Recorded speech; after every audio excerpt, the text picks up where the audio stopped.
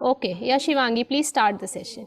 Thank Hello, you. everybody. A very good morning to the honorable session chairs and all the participants present in this technical session on the theme Sustainability and Smart Cities, Information Technology Practices and Human Resources Practices.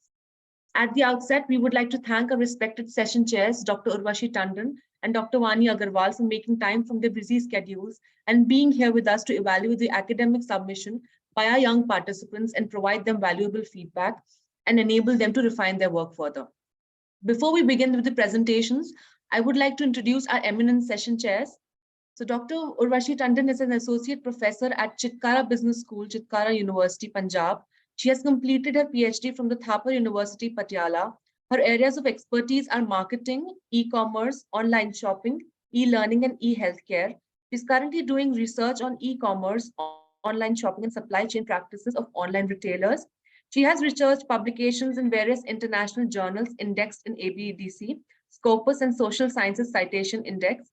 A few journals where her research has been published include Electronic Markets, Service Science, Information Development, Nankai Business Review International, Information Systems and E-Business Management, International Journal of E-Business, Journal of Marketing Analytics, and Journal of Promotion Management. She's also presented papers in various national and international conferences and is the recipient of Emerald Literary Award in 2018 for Best Paper published in Nankai Business Review International. He's also serving as a reviewer in reputed journals and Information Development, Sage Open, Journal of Promotion Management, Information and Management, etc. She's also undertaken various workshops and expert lectures related to research methodology and advanced research methodology. We thank you, ma'am, for joining us today. Then Dr. Vani Agarwal. We have Dr. Vani Agarwal with us today. Dr. Vani Agarwal is an assistant professor and coordinator of business analytics program, Amity Business School, Amity University, Haryana. She completed her graduation from the University of Delhi and Master of Economics from the University of Hyderabad and received her doctorate in health economics from Amity University, Haryana. She has more than 10 years of industry and academic experience with a special focus on data visualization, health economics, econometrics, and applied research. She is proficient in Tableau, Power BI, Stata, and other analytic tools. She has many publications in various reputed journals and books. Thank you, ma'am, for joining us today. Now I would like to brief. Now I would like to brief all of the participants to some of the rules and the regulations for this session that we have today.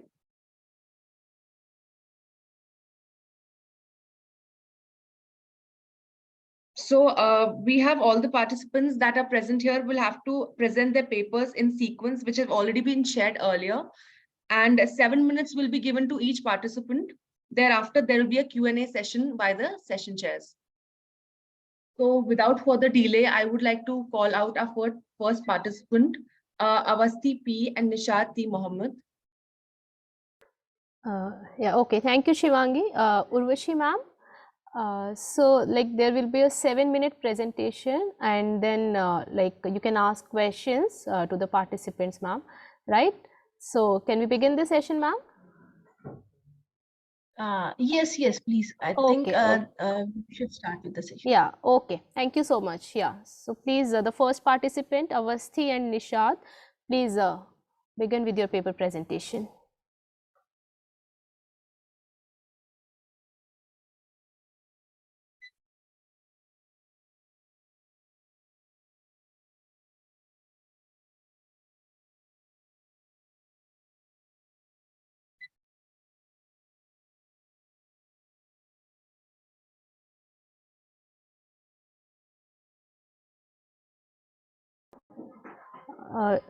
Participants are there?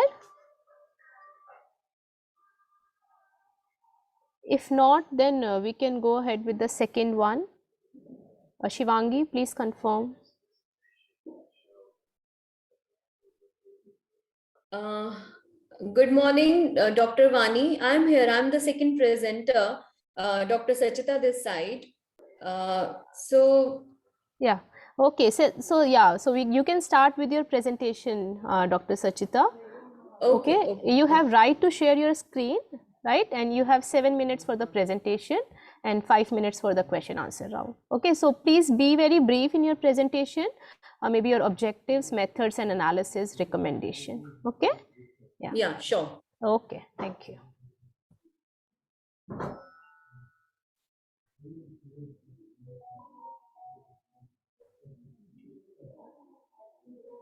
I hope this PPT is visible to Yes, everyone. yes, yes, Yeah, it good is. Yes. morning, all the dignitaries, all the participants who are present over here. So I'm Dr. Sachita, Assistant Professor, Finance and Accounts from Arun Jaitley National Institute of Financial Management. It's an autonomous institute of Ministry of Finance, India. And it's my pleasure to begin the session. Thanks a lot for giving me this opportunity. My topic of presentation and the paper on which, or the title on which I have written, it's a role of financial institutions in climate financing for the sustainable development. And what are the roles, leadership, commitment, challenges that the financial institutions are facing to provide this, climate financing. So this is the title of my paper, and the content which you have provided. In the same manner, I tried to prepare my PPTs. So first of all, I'll let you know about the abstract and what I have done in this paper. Basically, this is a conceptual paper. There is no empirical analysis which I have done, and that's the, you can say, the limitation and the further scope of this paper. So the abstract is because this conference is based on the title of this conference is the sustainable development, and when we are talking about the sustainable development, so definitely we need to focus on the infra, or on the finance that we are having, so that we can focus more on saving our environment. Because whenever we are talking about the climate change is happening, whenever we are talking about the global warming is happening, so definitely we have to invest a lot to minimize such type of impact, and that we can do only when we are having sufficient amount which is available for the for reducing the impact, and the project in which we are investing, that should be as per the though in those projects basically where we can reduce those effects. So my paper is dealing with, or the current study is dealing with, the efforts that have been made by the financial institutions till now to control over the climate change. But yes, the study has found that basically on the secondary data only, it has been found out that whatever steps has been taken by the financial institutions are not enough, and the whole world has failed to creating the low carbon economy. And there is a need for the further development, and for this a new model to control over the climate change should be developed. So this is just a brief introduction or the abstract of my paper. So basically this is about first part of my paper is dealing about the introduction of climate change, climate finance, and role of financial institutions. So basically climate change we all know, but this climate finance, how the financial institutions can help to enhance in climate financing, so that the impact of this climate change can be reduced. So there are lots of efforts has been already been done by the financial institutions, so I'll share it with you. There are few studies which have been conducted related to the same topic, and there are few important points that have been found in those studies, there is optimizing energy structure which is being required to accelerate the carbon finance, and there is a need to develop more derivatives product related to the climate finance. Then the human activities, one study has found that the human activity is the major cause for the climate change, and India has taken lots of efforts, but again it's weak, and very less involvement of the civil society. This is the main cause of the or the limitation of climate financing as well. So there are different studies which have been developed and which has been conducted, And there is one more important study which has been done by the Konar and Cohen. So they found that there is an inverse relationship between the intangible asset and the value of the firm and environment performance. So these are some studies which have been conducted related to the almost the same topic. So the objective of my research paper is to review the role of climate finance to create the low carbon economy, to review the leadership and commitment of the financial institutions, and what are the challenges the institutions are facing. And this, as I told you, this is a conceptual paper, and all the secondary data is being used to analyze that leadership and the challenges faced by the financial institutions. And so when we are talking about climate finance, so every time most of the developed countries, they are providing climate finance to the developing country in different forms. So this is a data which has revealed that yes, we are getting most of the developing countries are getting climate finance to enhance or to increase the to create a good environment or or to create a low carbon economy. So what is the role of financial institutions? The climate financing is providing the following for the new private investment in the renewable energy. So this is the main focus of the financial institutions: cut down carbon emission and address the climate risk. Information toward the requirement fund, announcement of fund, disbursement of fund, utilization of fund. These are the main role of the financial institutions related to the climate finance. Accountability for both the contributing and recipient country.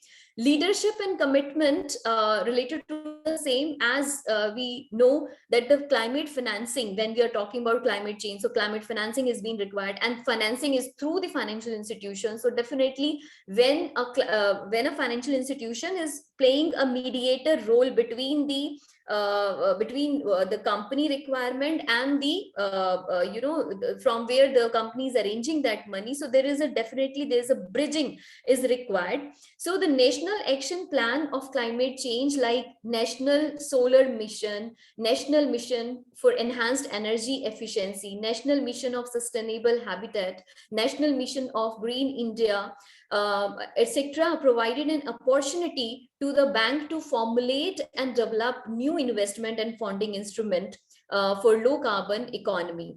And these are few banks commitment that has already been done by the different banks. I'll show you that what are the steps that has, or the steps have been taken by the financial institutions like ICICI. They have realized the sustainable development of the society, and they have made lots of investment in those projects where the carbon disclosure project, corporate environmental such type of project. They have invested in the clean development technology. They have started, then IndusInd Bank has started the solar powered ATMs, thin computing, e-archiving. These are all the steps which has been taken by the Indian financial institutions or Indian banks. Like SBI has started, installed windmills. Then other banks also, they are trying to make more Dr. Sanchita, sorry to interrupt you, but you're running out of your time, so just so that's why I'm just quickly complete I'll it finish in it within out. 2 minutes, please. So these are the challenges, but still the banks are, or the financial institutions are facing. So for that purpose, because there are lots of challenges, and challenges are also to be involved in the requirement, and what the bank should do more focused investment in the energy infra and transport emission. Proper record of greenhouse gas emission should be, they have to maintain, formulate and implement policies for the procurement of the energy and renewable source. Reduce the transportation by creating policies like carpooling, video conferencing facility to reduce intercity commute, and among others. Creating awareness is very much required. They should invest in the leadership in energy and environmental design certified building, and they are investing in such type of projects as well. So these are some action plan that India has taken to control over the climate change. So in concluding remarks, I would like to say that there is a need to develop a new model which helps to control control the climate change. The country is taking, most of the developing countries is getting climate finance from the developed nation, but the problem is that how to implement it, how to put those money into such type of project which will help to reduce the greenhouse impact or the climate change. So that is, or the global warming, that's the main problem that's the country is facing. So basically implementation part should be good, then after implementation there should be a proper feedback and proper revision is also being required. So this is the concluding remark from my side. Thank you to you all. Thank you. Thank you. Thank you, Dr. Sanchita. Urvashi ma'am, please start with the questions. Yes, Sanchita ma'am, nice presentation and good thing, like you gave enough knowledge. But my query is, like, you took the papers right from let's say 2001 also, right? And since we are running in, I think we are at the closing of 2022. So I found a gap, which is, there are no latest papers in your research. So in future, whenever, just try to complete by 2022. Another thing is, last is the challenge, because the challenges you came out, whether those challenges were from the literature review or, but again, the citation was missing in that, right? Because you came out with challenges, but then where was the citation of that I didn't found? Yes. And third, ma'am, is you spoke about the new model, right? Have you identified any parameters for this new model? Yes, ma'am. So the new model, the problem is based on the problems itself, ma'am. The problems that the financial institutions and even the government is facing, that there is a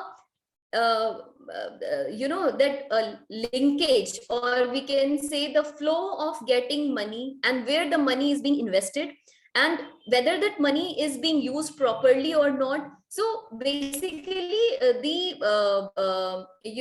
proper controlling system is not there. So if the controlling system is there, then that problem of whatever money we are getting, so that we can manage it in a proper manner. And definitely whether that money is being invested in that particular project which helps in the reducing the carbon or emission or carbon effect, so that is missing over here. So I mean, that model is being should be developed, definitely with the help of more research in this area. Ma'am, my suggestion here would be to go for a systematic literature review for this particular problem and see what are the gaps, like, and from those gaps try to develop the model, right? That will be really very helpful to you, because right now I'm just what is missing in this presentation. On the topic is very good and excellent topic, but what is missing is the systematic literature review, right? Yes, ma'am. Support from the literature, right? So this is what I would suggest. Thank you, Vani ma'am. Over to you. Thank you, Urvashi ma'am. Nice presentation, Dr. Sanchita. I hope you have received the good feedback, right? Yes. So yes. yeah. Okay. Even the same, I'm also getting, because this paper is again, the suggestions which I have received, definitely it will be very helpful for me to improve this paper. Yeah. Okay. Thank you. Thank you. So, thank you to both of you. So thank you, MIT University. Thank you. So we can begin, we can move forward to the next participant, Ashwini and Rashmi. They would be presenting on the topic assessing the influential factors that affect financial sustainability of industries. These participants are here, Ashwini and Rashmi. Please confirm. Good morning, ma'am. I'm Prajna on behalf of Ashwini ma'am and Rashmi ma'am. Okay. I'll be so you will be presenting, yes, right, this yes, paper? Yes. Okay. So please share your screen and begin with your presentation. Please, you have like 7 minutes for the presentation, right? Yes, ma'am. I hope my slide is this visible, ma'am? Yes, it is visible. Okay. Okay, please begin. Thank you. Okay, thank you, ma'am. So I'm Prajna. I'm doing presentations on assessing influential factors that affect the financial sustainability on the financial sustainability of industries. I'm doing my presentations on behalf of Rashmi, Professor Rashmi and Ashwini, Assistant Professor, Srinivas Institution of Technology, Vadachil, Mangalore. So my presentations includes contents like abstract, introductions, research methodology, research and discussions, conclusions, and reference. Um, Abstract, financial sector must allocate funds to initiatives and that supports an inclusive society that uses natural resources sustainability. Ma'am, can you please share the entire screen if possible? If you can go for the slideshow mode. Yeah, wait. If possible, please. Yes, show it the is. You slide. can click on the full mode, no? Okay, 1 second. Right and right, like below right, there is this symbol like this, no? This next to this, yeah, this symbol. Click on this. I'm sorry for. Yeah, that's okay. Yeah, now it is okay. Okay, yeah. Financial sector must allocate funds to initiative that supports an inclusive society.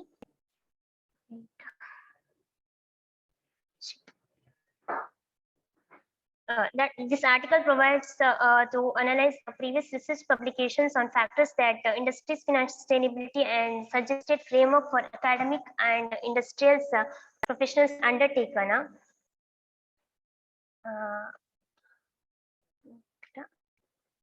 Yeah. So introduction part, financial sustainability is a necessary conditions for any firm's sustainability. Even the government finances are particularly affected by the recent desires for greater financial sustainability in public administrations. This article seeks to make a contribution to the debate about strategies adopted by decision makers in keeping the firm's financial position stable. So my research methodology includes by the various previous research publications on the factors that affects industry's financial sustainability and suggested framework for academics and industry professions and undertaken research. So mainly my research paper, this research paper includes in the different sectors which is like a public waste management, and these various sectors are included in this paper. We are first looking at the public administration, where studies on financial sustainability of government administration showed that demographic variables, economic variables, political and socio-economic variables influence on financial transparency of local governments. Three interrelated components make up the larger concept of financial systems such as service, revenue, and debt. Um, it also increases the dependent populations under the age of 16 could have a determinant impact on the financial variability because they incur public cost with utilizing public goods and services but do not contribute to the local government revenue. This is paper by the Rodriguez Forwer 2016, and further research also explains that outcome of the annual budget is a significant factor in determining the financial sustainability of the government. So next we are looking for the waste management. The increasing in numerous expenditures related to waste management activities, such as those related logistics. Logistics includes the cost of transportation, personal vehicle maintenance, etc. These are the some of the expenditure. Logistic expenditures includes. Is implied by the extensions of supplied territory. Separate waste collections may provide positive relationship that explain the return on assets of waste management companies. Utilizing and selling different waste collections item as secondary raw materials may improve profitability and consequently profitability, like using those as a like selling those secondary using those products. Consequently, financial sustainability by increasing revenues and or lowering the cost. The profit can cover cost, waste collections and disposal expenses, boosting the ability to maintain and develop significant public utilities in the investigate territories. So next we are looking at the health sector. Spending on health has a significant positive effects on people's lives and economy, especially in the nations where spending is currently low because the resources are limited at any given time. The funds that are set aside for healthcare cannot be used for welfare enhancing activities. Mm. The researcher argues that financial sustainability in a health sector is purely political. Thompson et 2019. And microfinancial institutions. The next sector we are looking at, microfinancial institutions must use a high but not excessive interest rate in order to achieve financial sustainability. They should also have up-to-date effective staff management systems and incorporate new information technology into their operations.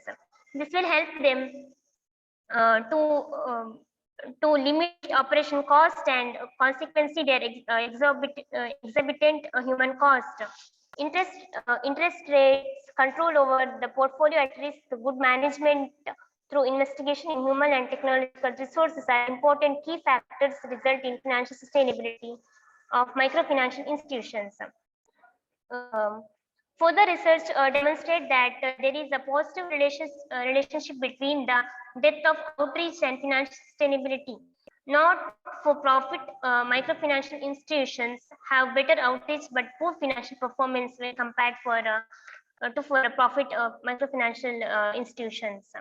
The next sector is insurance sector. With a strong and persistent political commitment towards universal health insurance, the challenges could be overcome and maintain financial sustainability. The challenges include distorted risk equalization, incompleteness in legal allocations, mobilization and recovery, mismatch between unit cost and individual overall unit income, cost escalations and diseconomy of scale. The next sector for the financial sustainability is tourism sector. The growth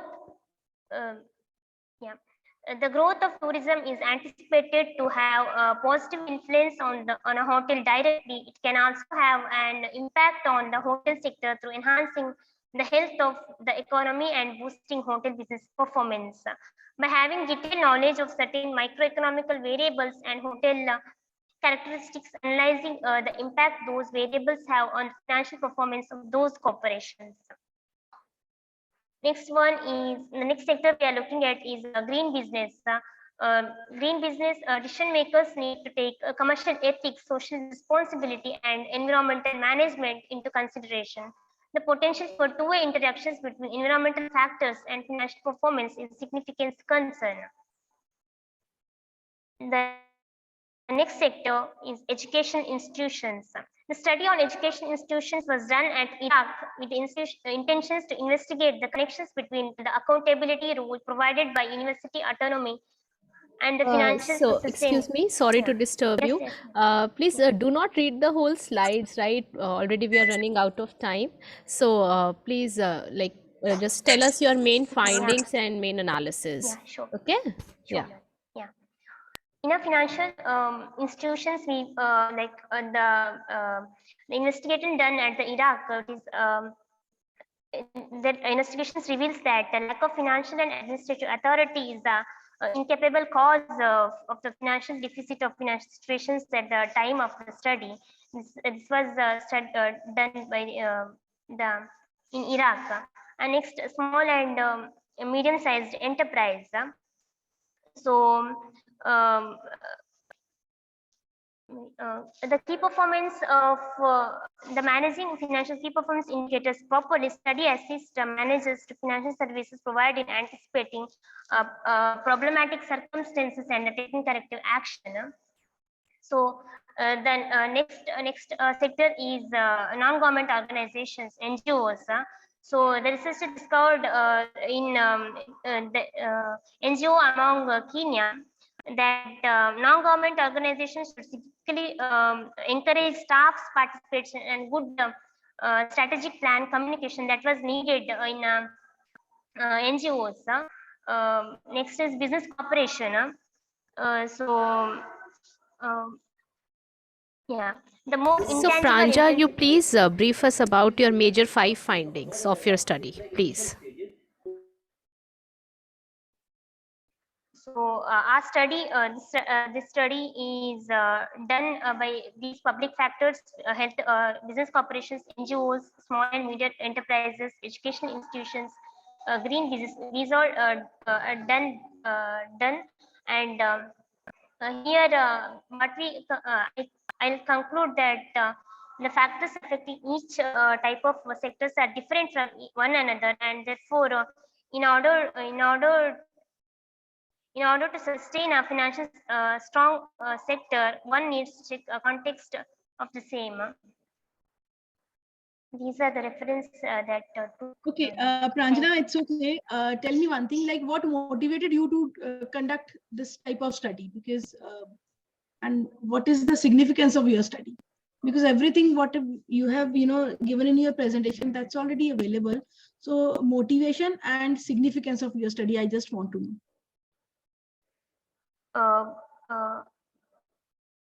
Yeah, the main objective is that from the various literature papers that already collected, and to find out the factors that influencing financial sustainability of those firms are the objectives of the study.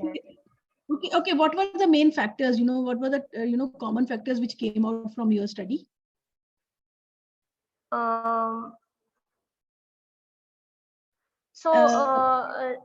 My suggestion would be, Pranjana, do a little of literature review, because you are quoting the studies of Iraq, Kenya, and all that, and not even cited even a single one.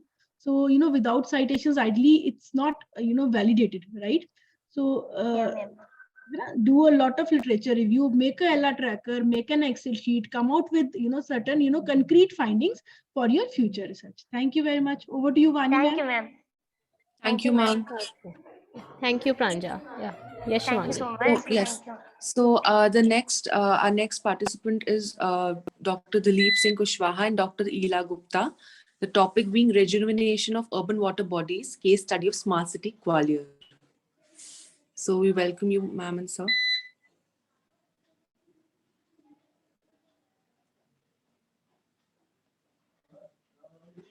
So, Dr. Dilip, please share your screen. You can begin with your presentation. Can you hear me?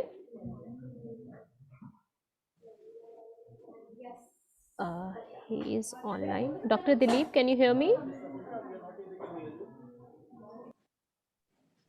Good morning, everyone. Good morning. Yeah, please share your screen and start with your presentation. Yeah, I'm sharing from my phone as my laptop is not so working. So I'm just sharing my screen.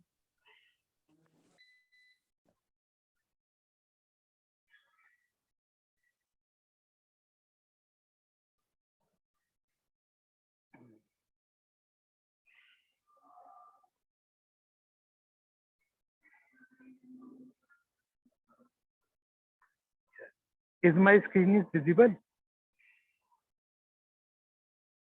Not yet.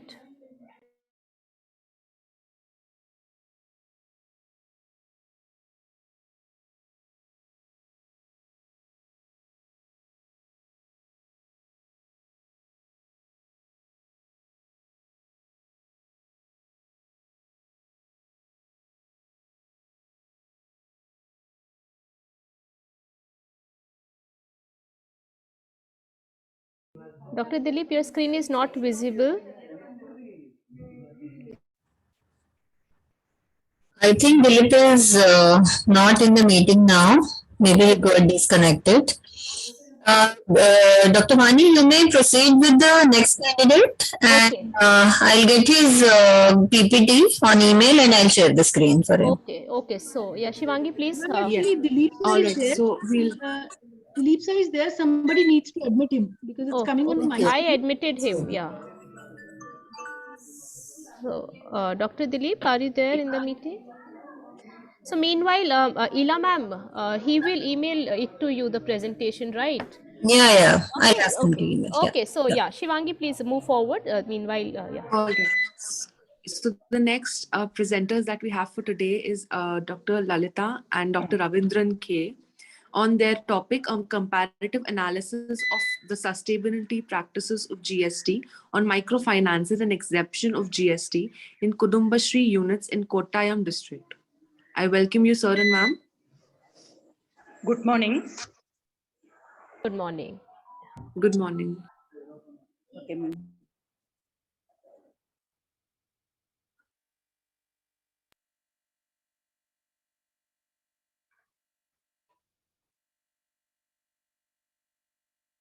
I'm going to share my PPT now. Okay, so you're also sharing with your phone, right? Yeah, ma'am. Okay, okay, right.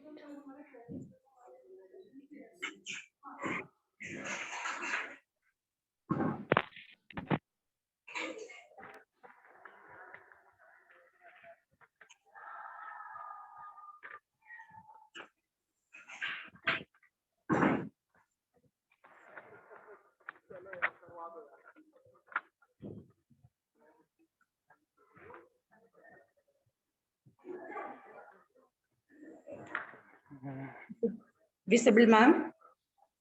Yes, it's visible. Yes, you can begin. Good morning. Topic, a comparative analysis of the sustainability. Please share your first screen, your title of the presentation. This is your second slide, I guess. Please share the title slide first. Yeah, okay. A comparative analysis of the sustainability practices of GST on MSMEs and exemption of GST on sustainable goods and industry units, and that with a particular reference to Kottayam district.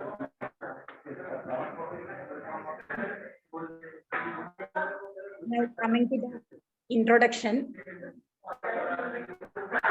Your background is very noisy. If like there is a lots of noise from the background. So please.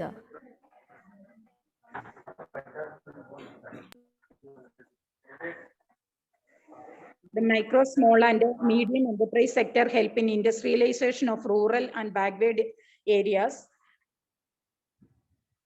And the sector contributes. Dr. Lolita, sorry to disturb you. Your this font size is very big. We are not able to see your full slide.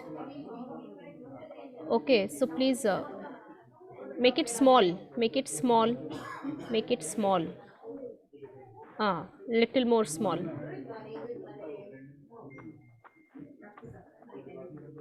Decrease the size. Yes. Yeah. Now it's okay. Now please start. Yeah.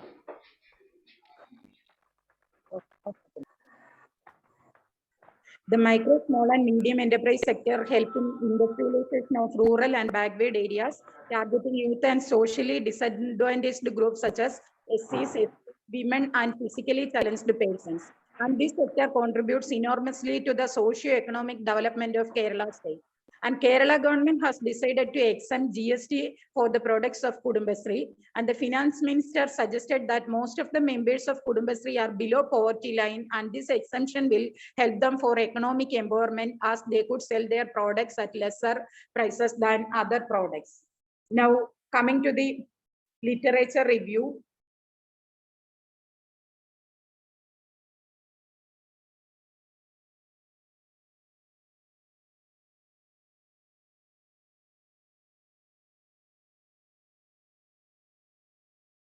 North B 2017 Goods and Services Tax suggested that its implementation on Indian economy concluded in his study that GST has a positive impact of various industries in India.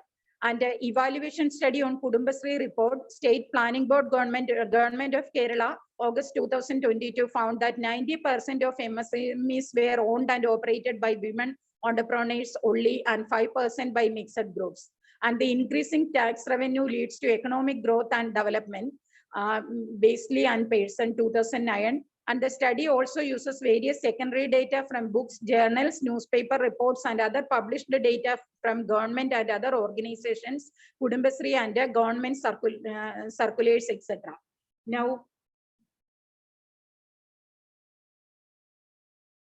coming to the problem definition.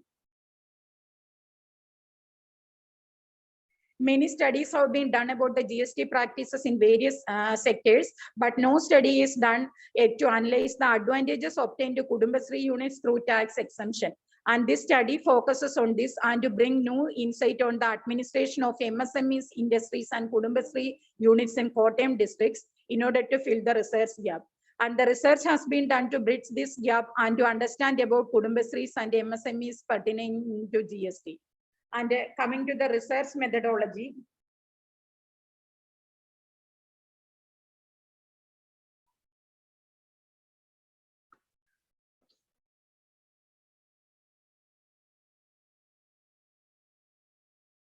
the study used the descriptive research model, and the method is used to describe in detail about the factors contributing to the GST in an elaborate way. Both primary and secondary data are collected for this purpose. And the questionnaire consists of 15 questions. Secondary data is collected from articles, research magazines, various websites, etc. And there are 18,088 MSMEs in Kottayam districts. And in order to provide the representation to MSME sector, the sample size are 104 from Kottayam district, and the respondents were selected based on cluster random sampling model. And the statistical tools used for the analysis is percentage analysis.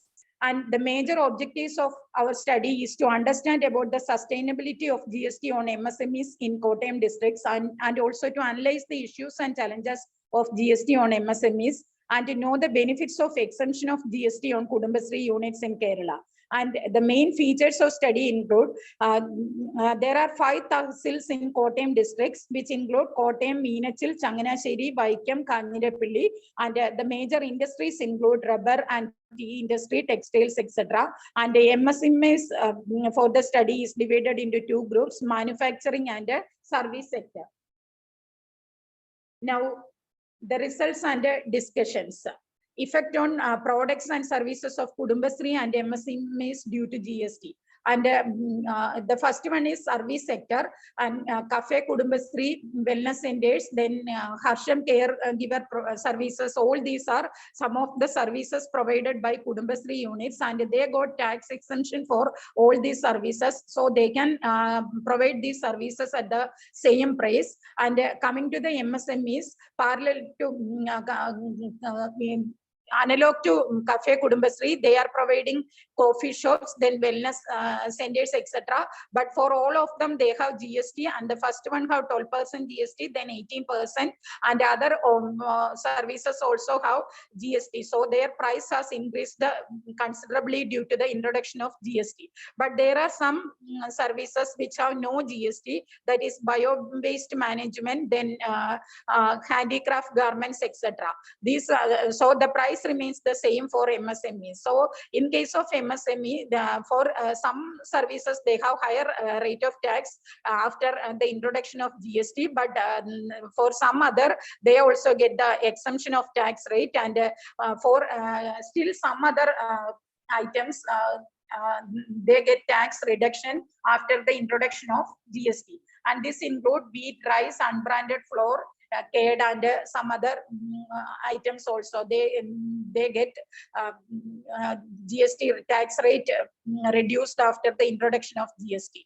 Now coming to the results and findings of our study, the table shows that the price of products and services increases considerably due to GST, whereas due to GST exemption, price remains the same for Kudumbashree units.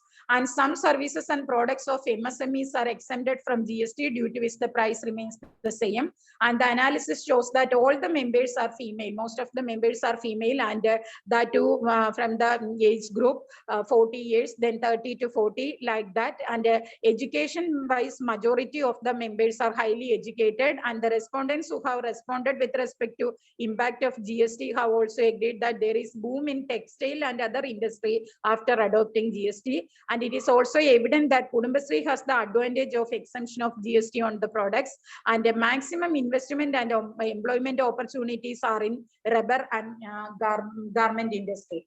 Now, coming to the conclusion of the study, there is a lot of potential there in the MSME sectors to grow, but required the implementation system process need to be managed and address the gaps adequately. So government should take necessary steps to provide uniform tax rate, and for few products MSME has got lesser price due to GST, and some other they got tax exemption, which is also a favorable aspect of MSME. And the main advantage of Kudumbashree products are due to GST exemption. Price remains the same, and this will ultimately help in economic and women empowerment.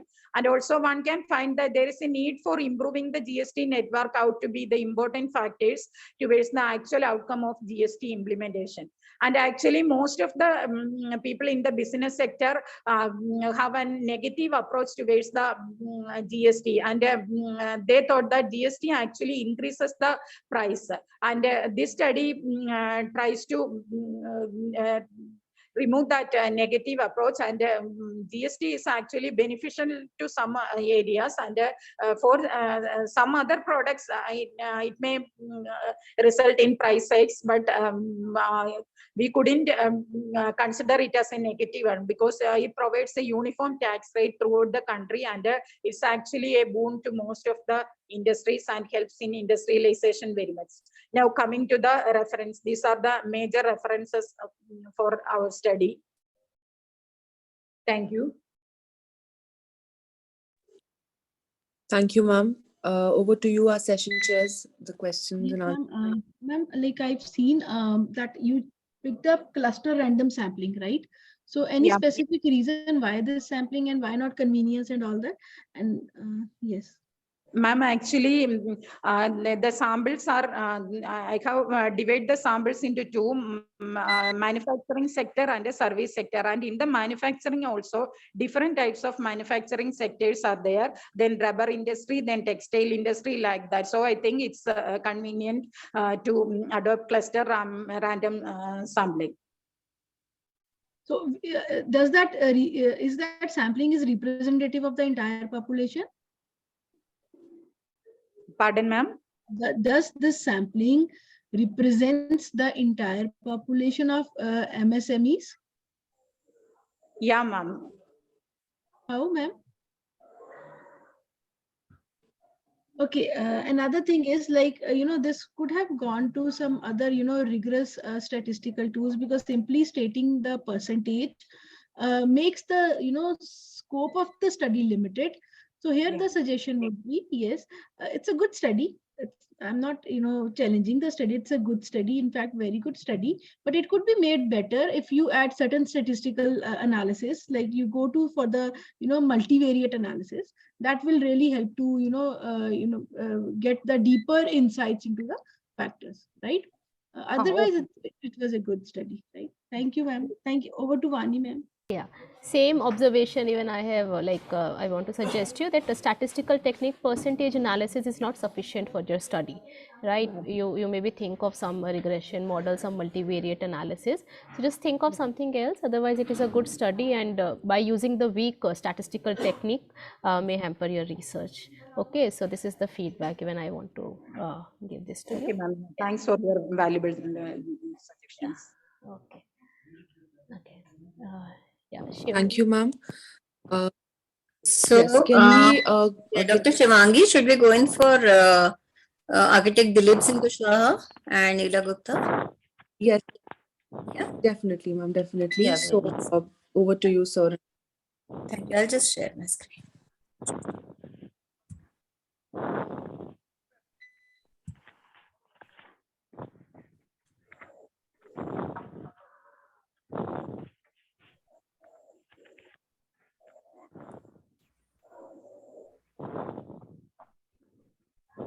Yeah, is the screen visible? Yes, ma'am, it is. Yes. Yeah.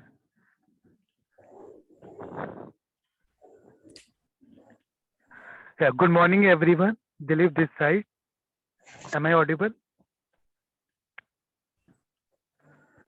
Yes, Dilip. Okay. Okay. Yeah. Yeah. Good morning, everyone. Dilip this side. Our topic is regeneration of urban water bodies, case study of smart cities. Me and Dr. Ila Gupta ma'am will present this. Ma'am, next slide. Next slide. Your contents. Ma'am, skip the content, come to the abstract. Yeah. Content is as the same, whichever is provided. So now we come to the abstract, and as we can see, water is a critical issue in Indian context as well as in the worldwide region. But my One paper second, it is is not visible to me. Is it visible to Urvashi ma'am? Is it visible to you, the abstract slide? No, ma'am, it's on First slide slide, only. no? Title slide is okay. visible. Now it is Yeah, It's yeah, abstract. not there. Okay. yeah. So this paper is mainly focused on IUWM system for a smart cities. As conventional methods or conventional tools are not so effective in nowadays, so this IUWM is used for make a more better way in terms of the water supply, water management, water drainage, and all the other technical things. Ma'am, next slide, please. Introduction, ma'am. Next, yeah. So basically, it is just defined two or three things. One thing, as per the WWF guideline, WWF research, it has denoted there are 100 cities worldwide which are the water scarcity till 2050. And we talk about the Indian condition. Out of 100, 30s are on Indian, and whichever the city we have choose Gwalior city, that is one of them. Even it has a decent rainfall as compared to other Indian contexts. It has a 700 mm per year rainfall. Okay. So still we have to find out what are the major reasons or how we can do in a better way so that we cannot face this problem in the till 2050 or in the future. As it is also One mentioned by second, the sorry to Niti Ayog. disturb you. Please make it full screen, ma'am. Ila ma'am, please. Yeah, thank you.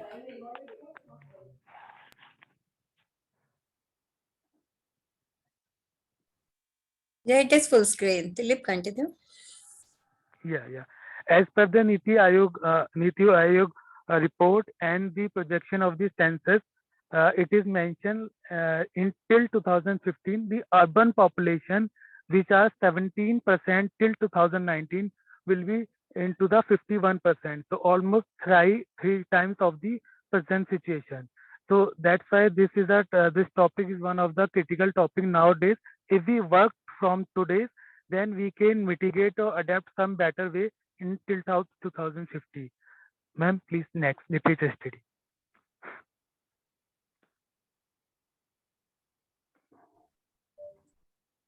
In full screen mode, the slides are not shifting faster. Let me just.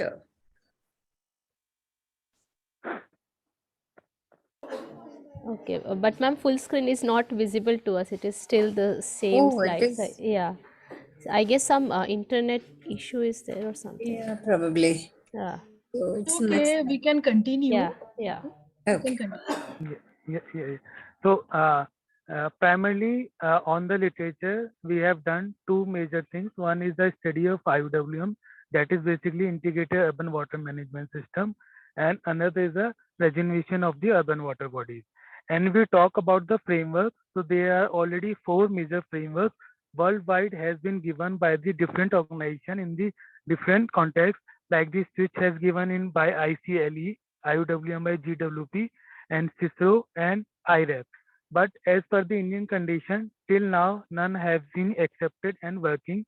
Only three papers are published, one for the Leh and Ladakh in 2018, one for the Bangalore, and recently in 2021, NIUA and UNESCO has published a detailed paper regarding the IUWM, but none of the Indian urban area are working on practical in this IUWM concept. Ma'am, please next slide. So as we can see, the GWP which has given the recent and in the detail, these all are the parameters or content we can work. But majorly are the four under the four category: enabling environment, uh, industrial arrangement and participation, management, integration, finally the finance. So it is not necessary to take each and every parameter for the every urban area. We can choose out of this, or we can develop our own by using these basic components for that particular a city or for that particular areas. Okay. And the first time in the detail it is described by in the 2009 by the this Tukey in 2012. 2009 he has described. In 2012 he has published his paper, and in detail it is mentioned there. So as compared to other technology, it is relevantly new. Ma'am, please next slide.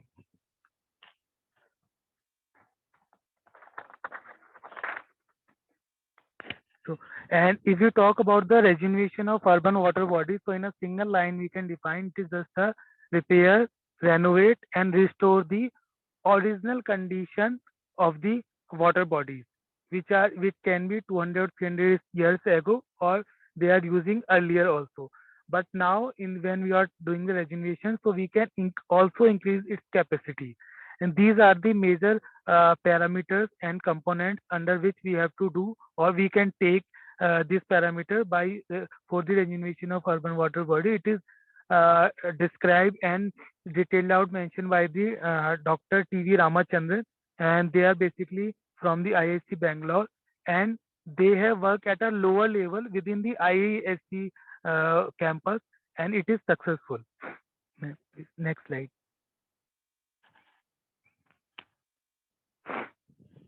Now the problem, or the basically it is the IUWM key technique for getting regeneration of urban water bodies, Kund or Tal, in smart cities.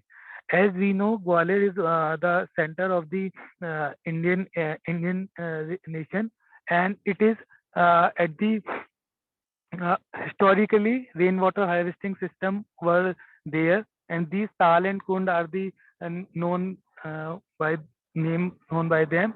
And it is one area, it is at the hill area, on the other side is near to the river.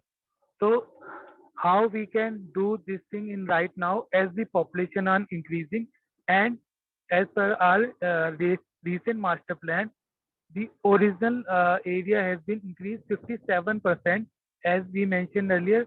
So it is increased 57% urbanized area, which are mainly for the residential area. So the as compared to earlier population, which was 2011 is around 10.23 lakhs. Now it is 12.73 lakhs, and it is assumed to be until 2050 more than 30 lakhs in the urban area.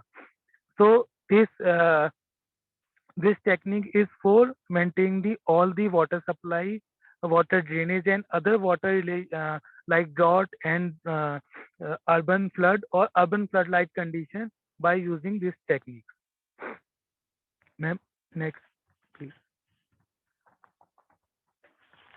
So this is for the whole study, but for this paper, we have we have identified only one Tal or Kund, that is the Janak Tal, that is on the western side of the Gwalior city. And when we are talking about Gwalior city, it means only the municipal boundaries are there. Okay. And overall, there are the 11 water bodies. 7 are Tal and Kund, which are historically made initially for rainwater harvesting, and 2 dams are there over the 2 rivers. Now these dams are rivers only for the use for the drainage water and for the dumping site.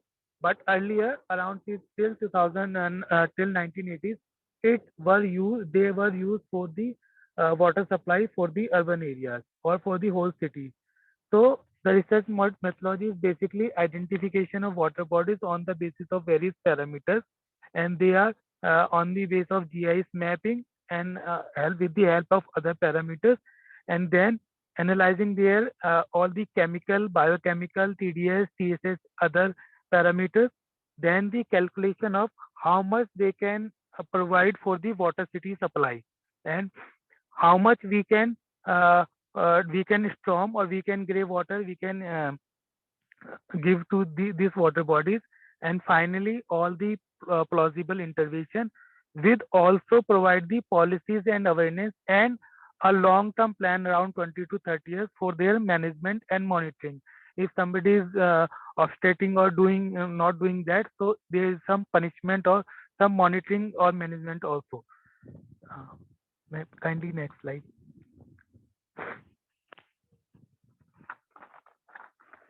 And these are the major issues which we found by the primary survey and the research paper of other people who have write this. And these are very common, as we can see: dumping of waste of all kinds, siltation of water. People still are doing, even it's a city area, but some like it is on the outer side, so people are going to do a open defecation also there. Okay, and on the one corner it is a encroachment is there. So these all are the basically all the same things which we found for the water bodies or river side, which we have divided in two way. One is the structural damage, uh, the issues with the structure of that water body, and another is the non-structure, that is basically dumping of site and the chemical condition on other, due to the chemical condition like the eutrophication is there, weeding is there, and all these. As these two lower images are the for the Janaktar. And please next slide. So again for the proposal, and these are the like the dewatering for the in 1 year we can dewatering it is around 15 to 30 minutes for clean from the bottom. Then deweeding, excavation, distilling, differentiation of waste, capital covers, all this we can do. But one we have proposed in detail, that is like the SWB, and it is for the uh, that is known as scientific wetland active biodigestor. It is purely based on non-electrical or non-mechanical system, and this is for the uh, it is used for domestic wastewater for cleaning, so that when we provide when we discharge the grey water or the domestic water, so further we can use it without a good amount of treatment of water. Ma'am, next slide please.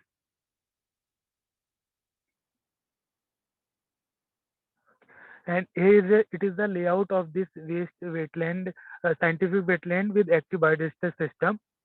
And the main feature of this system is it can easily be produced, it can easily be created without using any mechanical energy. It can work, and it has a system which can clean 89% of grease, and this is only for the domestic. We are not talking about the industrial.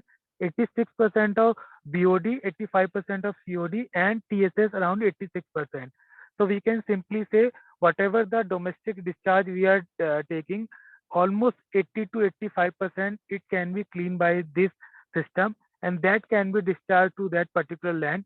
Further, that water can be used in any ways in domestic or industrial purpose, and it can also be cleaned by the our home-based RO system, and that it can also use for the drinking and other usable purpose. And please next slide.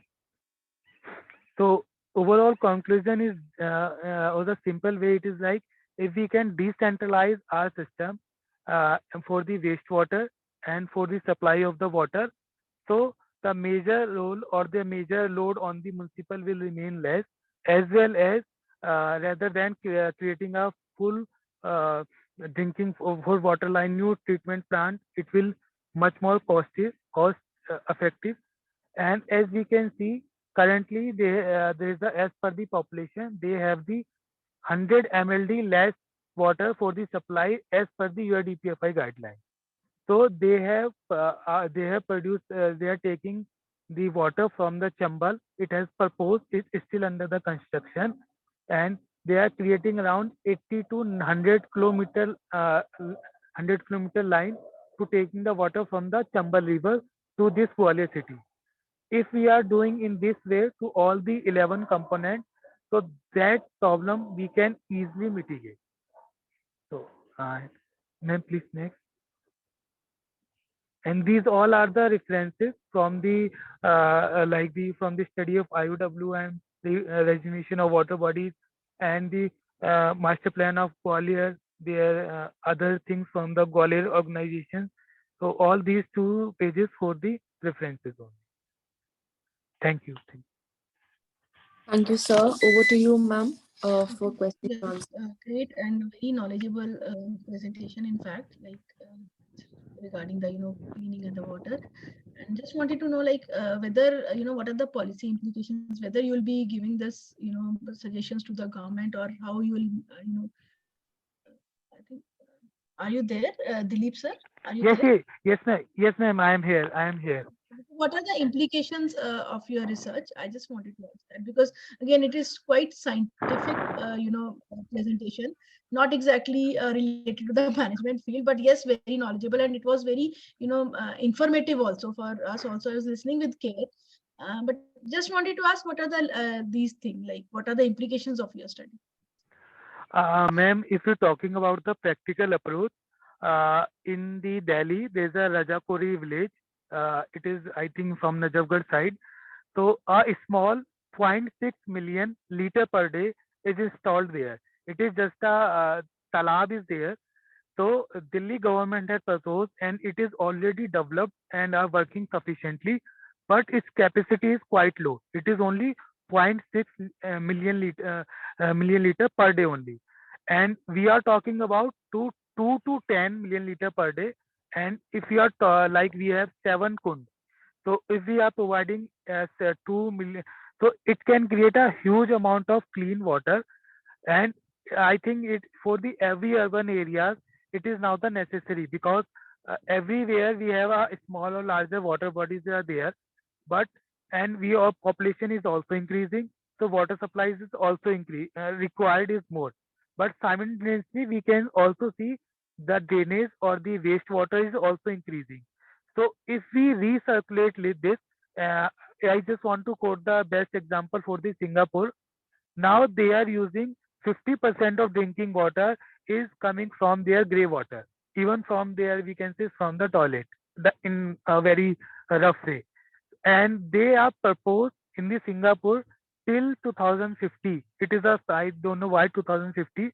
It is some guideline or some line. So they are produce almost 100 percent whatever they have. They can produce from the waste and all the rainwater. They don't have to take any water from the other areas. So I think it is applicable for every urban areas and Indian cities. Some are doing, but it is very. I don't know why they are not upcoming right now. But somewhere they are doing a little bit, like the in the IIC Bangalore, they are doing at the at the plot level, at the like the we are doing at the Amethi. That Amethi level they are doing it, but for the Haryana level they are not doing it. Yeah, right, Dilip. And I would like to add that, final outcome of the research will be to propose guidelines to the government, because this integrated approach is very important for water resource management. The individual micro efforts are not helping, and there is very little research which is conducted for different cities of India in this approach. So that is how we will use this approach and try to find a solution for water issues of Gwalior city. And definitely the policy recommendations for government are going to be there as final outcome. That will really help to come out with certain good events related to your study, right? Thank you very much. Thank you. Over to you, ma'am. Yeah, thank you, ma'am. Very Thank nice you. presentation. Just out of curiosity, I just want to ask that is this study has any economic implication as well? Because Yeah, ma'am, actually till now I haven't calculated, but other sources or the parallel study says if we are almost we can low down around 80 to 75% of the water cost. It is not my study, it is the parallel studies from the even for the outside of India. So if we are following this kind of technique over a long time period, initially it is even initially it is the cost is low and 75 to 80%, and that is a huge cost if we're talking about a city like Delhi, city like Gwalior, city like Jaipur. definitely, So it is a definitely, huge. yeah. For any city, like 75 to 80% is a like very huge difference. So, Ila ma'am, I would like to work on the economic implication part if you want to take forward this study, Oh, like from wonderful. the That will be economics. very good. Yeah, we'll definitely discuss and Yeah, it's discuss this further in detail. yeah, very interested Thank you study so though. much. Okay, thank you. Yeah, Shivangi, please. Thank you. Thank you, sir, and thank you, ma'am. So moving forward with our session, we have our next speakers for today, Mr. Ajit Singh and Mr. Alok Sharma, with the topic DNA-based image cryptography, a comprehensive study.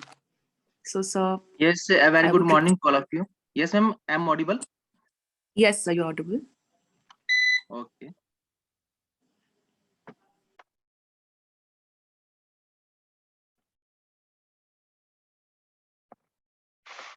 Yes, ma'am, is it visible? Yes, sir. Yes, it is. Okay. Okay, a very good morning to all of you. So today I'm going to present a paper regarding DNA-based image cryptography, a comprehensive review. And this will be an IT background, and myself, Ajit Singh, a PhD scholar from Baba Masnath University from Computer Science Engineering discipline. So what we have to do here, so we are going to a comprehensive review regarding DNA-based image cryptography. As we know today, in case of a information era, we are going to generate a large voluminous traffic, and mainly the data traffic regarding comes in the form of multimedia in terms of video or in terms of images. So image security is one of the prone area in which we are going to apply, or we can say image is one of the sensitive area where we have to require cryptography, or where we have to require security whenever we are going to exchange the data from one point to another. So we have a number of traditional approach basically regarding cryptography, AES approach, DES, 3DS, but these type of cryptography which are traditional in nature, which are not applicable in field of image cryptography. So in case of a modern era, we are going towards DNA based cryptography, where a lot of potentials we have to implement in case of traditional along with image cryptography. So in this one paper, we are going to review a number of existing cryptographies regarding use in case of image, and we have to some summary, or we can say we have to find out some gist which basically help to define the abstract view, or we can say we are define the future prospectus in case of image cryptography. So first of all, introduction. In case of modern era, which is the age of information, where just the Your show slides are not changing. It's on the still on the Okay. first slide.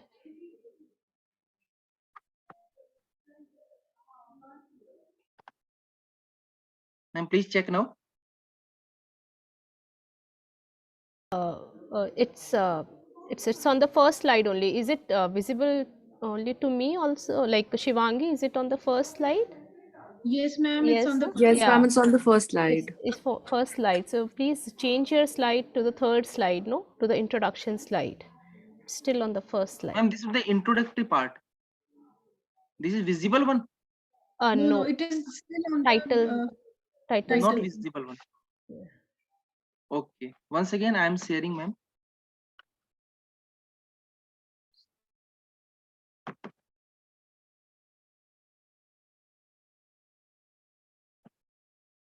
Ma'am, please check. No, it's still same, but you continue with your presentation. That's okay. We'll listen. Okay. Some. So in case of image cryptography, basically it is a technique in which we are going to transform the pixel information. What do you mean image? Image is nothing. It's a grid of pixels in which we are going to transfer the pixel in some intelligent form to an unintelligent form, so that intruder, or we can say an attacker, it will not be able to decrypt, or it will basically to read out the image during the whenever we are going to transmit a image. So in case of rapid and exponential growth in the number of internet user, secured communication of information is a great challenge. So as we know, image containing text, mainly pictures or text with pictures in different form. So we have to find a potential applications in case of telemedicine, in case of military, where we are going to transfer information of some areas. So it is basically as per the requirement. Today image cryptography is the need of the hour to provide a robust, or we can say a efficient cryptography schemes in case of image cryptography domain. Ajit, it's still on the first title page only. I don't know why it is not moving your slides. Ma'am, I think there is some technical kind of problem. So Okay.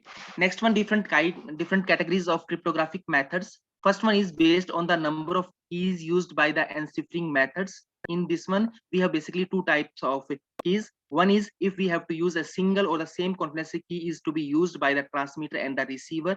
So the system is referred to be a symmetric type. And the second one system we have to use in case of cryptographic method is the asymmetric, where we are going to use two types of key. One is public in nature, which is basically open, or we can say disclosed in the public domain, and the second one is a secure, or we can say private key, which is mainly known to the public, which is basically known to the private one.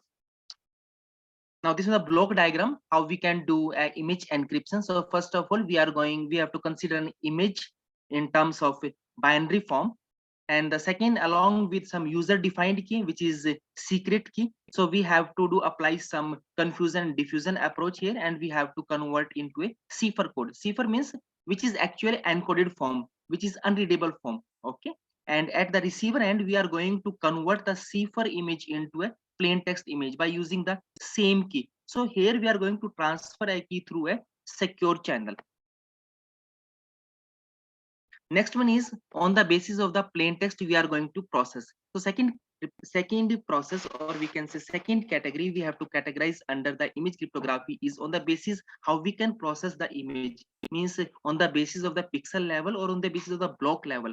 So we have to categorize into two further subcategories. First is stream ciphering method, means in which we are going to process the pixels, and the second is the block cipher, where we are going to use a number of algos, advanced encryption standard, DES, IDEA, triple DES, a number of algorithms, where we are going to process a block of pixels rather than a single pixel. So basically we have two categories how we can process a plain text in case of image processing. First one is stream ciphering and the second is the block ciphering.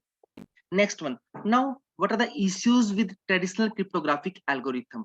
Basically, in case of traditional cryptographic algorithms, we have to mainly use a high power, or we can say it will require a number theory, or it will require a large computational power, which is not feasible in case of image and video, because the internal feature of image and video, or we can say multimedia data, is just the bulk data capacity, a strong correlation among the adjacent pixels, a high data redundancy. It will make the traditional algorithm unsuitable for real-time data transmission in case of image or video encryption. So we can say that traditional encryption algorithms are not valid or not feasible in case of image cryptography.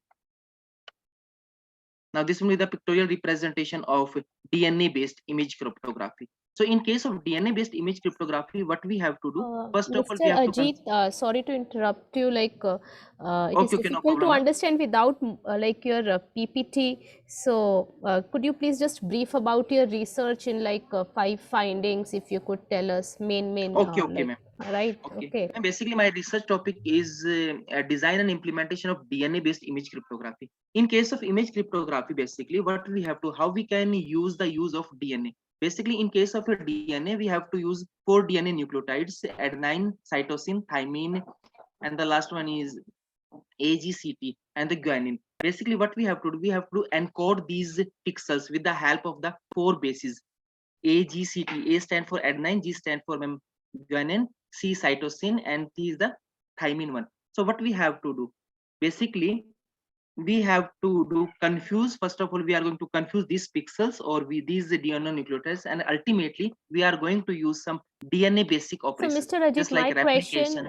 my question is, how do you relate Okay, ma'am. your Finally, I'm concluding. no, no, no, no, Okay, ma'am. no, no, no conclusion. My question is how your topic is related to sustainability. I mean, Ma'am, what is your I am, contribution to the sustainability? ma'am. Basically, my topic is basically from IT background, and I am also be surprised that you have to put in this one topic where all the topics belongs from sustainability. Right. Okay. So, because this is like engineering topic, right? Engineering background, ma'am. IT Yeah. background, computer science topic, or we can And say electronic communication background topic. right. And it is not related to sustainability, right? No, ma'am. Not at all. Any sustainability? Okay. Okay. No, ma'am. What do you mean by cryptography? Cryptography, ma'am, it's a process in which we are going to convert a plain text into some uncoded form, into Okay. encoded form. just like my name is Ajit AGIT. So it's a you easily it's read or is interpret what do you mean by Ajit or what do you mean by India. Now we have to encode India some by using some special symbols by using, or you have to replace I by something a special character at the rate, then and replaced by some hash symbol. So it's an unreadable form. So an attacker or the third party, it will be unable to decrypt or it will be unable to interpret the message. Okay, all right. So, like to be honest with you, Ajit, I am not an expert like on this engineering topic, right? So, Okay, I okay, may ma'am. not be able to Okay, ask no the right problem, ma'am. question, Not at right? all. Urvashi ma'am, Okay. if like you can, Yes, same yeah. here, ma'am. Even Yeah. we are from the management field, but Yeah, yes, we are my from the question is that management background actually, so like we cannot judge you on this because it's Okay, ma'am. sounding right, but I don't know like how much correct it is, and because we are not experts on this. Okay, Ajit. Okay, okay, ma'am. So yeah, can you thank you. okay, Yeah. only one question. Can you Ajit, can you please tell me like what is the significance of your study in just 2 lines? Okay. Some significance is that today basically we have to use a number of social media platforms just like Twitter or we can say WhatsApp. So where we have to use a number of multimedia files in terms of images or video. So cryptography, so image or we can say multimedia files encryption or security is one of the main prominent area where we have to, if you want to privacy, if you want to authentication, if you want to confidentiality of your message, whatever you have to transmit with the help of the WhatsApp or Twitter. So cryptography, it's a, or I can say it have a lot of potential, or it is just one of the prominent field in case of data confidentiality. Much. Thank you very much, Ajit. Thank you. Okay, okay, thanks a lot, ma'am. Thank you. Yeah, Shivangi, please move. Go ahead. We will go ahead with our next presentation. That is from Ms. Pavitra B and GVM Sharma. The topic being role of microfinance in entrepreneurship development in India. And so, sir and ma'am, I request you to kindly begin.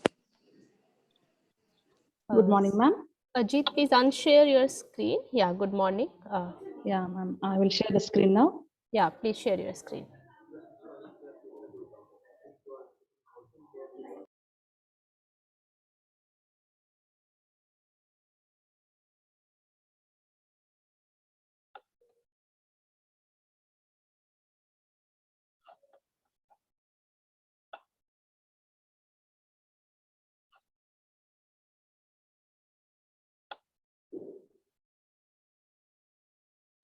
Is it visible, ma'am?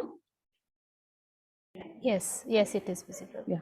I'm myself, Pavitra B, working as an assistant professor in the Department of MBA in East West Institute of Technology. And I'm also a research scholar from RNSIT, VTU Belgavi.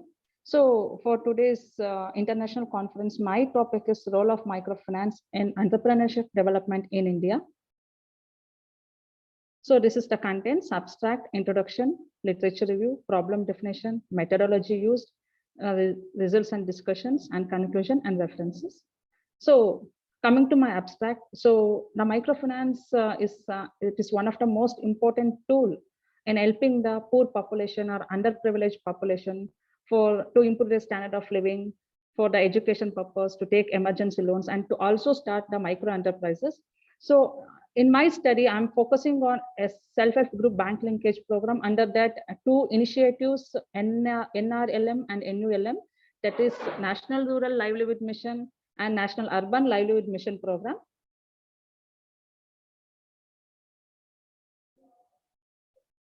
So this is about the introduction of two initiatives, that is NRLM. So National Rural Livelihood Mission, it is one of the initiative undertaken by the government of India. So to enable the rural underprivileged people to start self-employment by encouraging the rural BPL population to join the self-help groups and providing proper training program and loans. And coming to NULM, it is one of the National Urban Livelihood Mission. So the main objective of this program is to help the urban unprivileged people to set up their own micro enterprises. So this is about a literature review. So I have focused on the various literature articles on this topic. So many of the study or the research work have been focused on the MFI self-help group program, and many of the findings state that that this microfinance acting as one of the main important tool in helping the poor in improving their standard of living, and it's contributing the empowering women and also providing the employment opportunity to increase the standard of living. So coming to my study, so my study is aims and just to compare the progress of the microfinance NRLM and NULM program in promoting entrepreneurship in rural and urban areas in India. And objective of my study is to study the various microfinance concepts, to study the various microfinance models. And the main objective is to study, analyze the progress of NRLM and NULM in entrepreneurship development among self-help groups.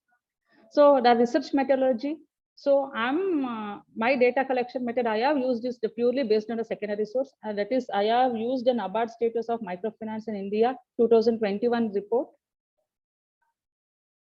So this is the progress of NRLM and NULM and the self-help group banking program for the 3 years, that is 1920, 2021 and 21-22. So from this table, we can observe that so the SSG is represented in lakh and amount representing in crore. So the first table, that is self-help group savings with banks as on 31st March for the last 3 years. So we can see here that among the total, so NRLM is representing the 57% and NULM is representing the 4%, and the loans dispersed. So the most of the loans dispersed, that is 91% of the loans have been dispersed to the women SSG groups. So we can say that the SSG is mainly focusing on the women to empower the women. And also we can see here that the loan dispersed to NRLM scheme is 20% and the loan dispersed to NULM is 1%. And we can also observe the outstanding loan also. So the amount, so the loan dispersed is 52 crore for the NRLM, and for NULM it's around 3,406. So there is so many comparison. So from this table we can see that it's morely focusing on the rural areas and very least focusing on the urban areas. And the results, the findings, the main findings. So out of the total SSGs, 87.85% are belongs to women, and out of the total savings with banks, 89% are women savings. And out of the total SSGs, 58% of the SSGs are covered under NRLM program, and only 5% of the SSGs are covered under NULM program. And this shows that the mainly contributing the so compared to urban development, it's mainly contributing to rural development. And SSG is contributing to rural areas in promoting entrepreneurship and empowerment among rural poor. So only less focus is given to the urban areas and to promote the urban poor. And also we can also see that the loan recovery system is also very poor. And in all the 3 years, the loan outstanding is more. And the conclusion of my study is, so I like to conclude that, so there are various microfinance initiatives. Among that, NRLM and NULM program is mainly focusing on the rural and urban areas. So which help the rural and urban poor to create the employment opportunities by providing proper training facilities and giving the credit facilities so that they can start their own enterprise and they can raise their income level, they can increase the standard of living. And we can also say that in according to MSME report 2021, so it's MSME, it's contributing the 30% to the India's GDP.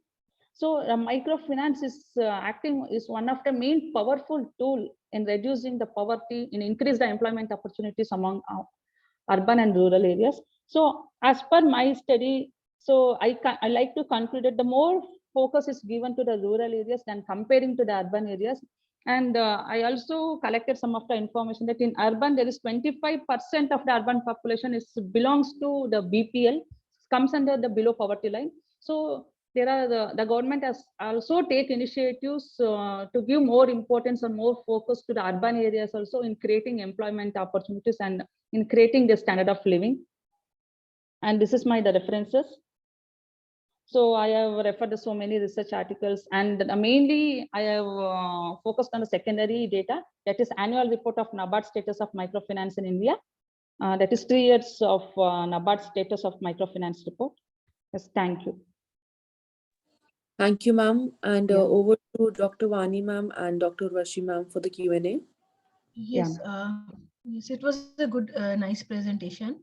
and Yeah, ma'am. Thank you. moreover, very important need of the hour, I should say, because it Yeah, is ma'am. very important topic which you have taken, Pavitra. Yeah, ma'am. But Thank you. only concern is, you should have come out, what would you can do in the future is you can come up with a model, right? You can, Yeah, ma'am. identify the factors, identify, factors or facilitators, and Okay. come out with a model which will really help in the policy implications Yeah, ma'am. of your study. Okay, This ma'am. will really help to eradicate the, simply just now what I can make out is a simply, coming from the percentage. Yeah, ma'am. It doesn't gives that, concrete results. Yeah, So ma'am. Yeah, ma'am. coming with the regression or, multiple regression, that will Okay. really help to come with some, good results and Yeah. with some concrete results, right? Yeah, ma'am. Thank you. Over to Yeah. Vani. Thank you, ma'am. Yeah, good presentation, good content. Yeah, Yeah, similarly, thank you, like ma'am. the same observation even I have observed, that methodology Yeah. needs to be stronger, right? Multiple linear regression also you can use for this, right? Like for dependent variable you can use entrepreneurship development, and independent variable you can use as a like microfinance proxy of this and some other variables based on your literature. So Yeah, then ma'am. this would be a very strong result, I guess you would come up with. Yeah, And ma'am. this is a good topic for bibliometric analysis as well, I would say, like Yeah. microfinance and entrepreneurship development. So Okay, ma'am. like you can work on the some like systematic review or some bibliometric analysis also, you can go for that as well. Yeah, ma'am. So Okay, that ma'am. will strengthen the area, right? Yes, ma'am. Yeah, Yeah. thank you. Thank you, ma'am. Thank you so much. Thank you for the opportunity, ma'am. Yeah. So moving forward, I would now like to invite Ms. Alaknanda Lonare and Ms. Meghna Chutalia for the topic, Does Behavior Matter in the Investment Decision Making? Investors' Perspective in the Indian Stock Market. So ma'am, I request you to please start your presentation. Yeah, hi, good morning, everybody. My screen is visible? Yes. Yes, ma'am. Yeah, a very good morning to one and all. My name is Professor Alaknanda. I'm assistant professor at Mukesh Patel School of Technology, Management and Engineering, part of Narsi Munjay Institute of Management Studies, Mumbai. And my co-author is Dr. Meghna. She's from National College, Bandra, Mumbai. And the topic for the presentation is, does behavior matter in the investment decision making? Investors' perspective in the Indian stock market. So this is the scheme of presentation. Abstract of the study, as it was observed, and when I studied the literature, it was seen that many of the traditional finance theories, it considers the investor as a rational investor. When we say rational investor, the rational investor will take into consideration the certain aspects like risk and return, and every time the investor is supposed to calculate and then take the investment decisions. However, it is observed in the behavioral finance studies, that is, there are certain behavioral biases that usually affect the investment decision making of an investor. Now, for the purpose of the study, I have done a survey in the Mumbai city. So the introduction of the study is, again, the traditional finance theories has its own limitations, and therefore the behavioral finance studies have become very important in today's time. So I have studied the literature, that is certain traditional finance theories were taken into consideration, like theories of Markowitz, that is portfolio theory, even the CAPM model given by Trainer, Sharp, Lintner, and Mawson. Again, the efficient market hypothesis given by Pharma. So these are the very famous models in the traditional finance theories, which talks about the rationality of the investor. And that is the main assumption of the model. However, it was criticized by behavioral scientists such as Michael Pompian, then Kahneman, Tversky. So these are the important, authors in the behavioral finance, and they have come up with several biases that usually affect the investment decision of an investor. Now, the idea is to look at the behavioral biases that usually affect the investment decision making of an investor, and therefore the topic wants to, like, the idea is to address this particular issue. Now, the methodology that is considered is I have done the primary data collection and the survey was conducted. Now, the idea was to take the responses from 200 respondents. However, I could collect responses from 140 investors, and the structured questionnaire was prepared, and it was administered amongst the investors and the investment advisor, brokers, sub-brokers, and individuals. Now, this is the results. So we have certain male population was quite high as compared to the female population. The age group was between 18 to 25, 26 to 35, and 36 to 45. These were the qualifications and the professions that they were involved into. I have conducted a multiple regression and the empirical equation is, I'll just show it after a slide. So the regression results shows that the R square value was 0.262, which indicates the model is 26% predictable.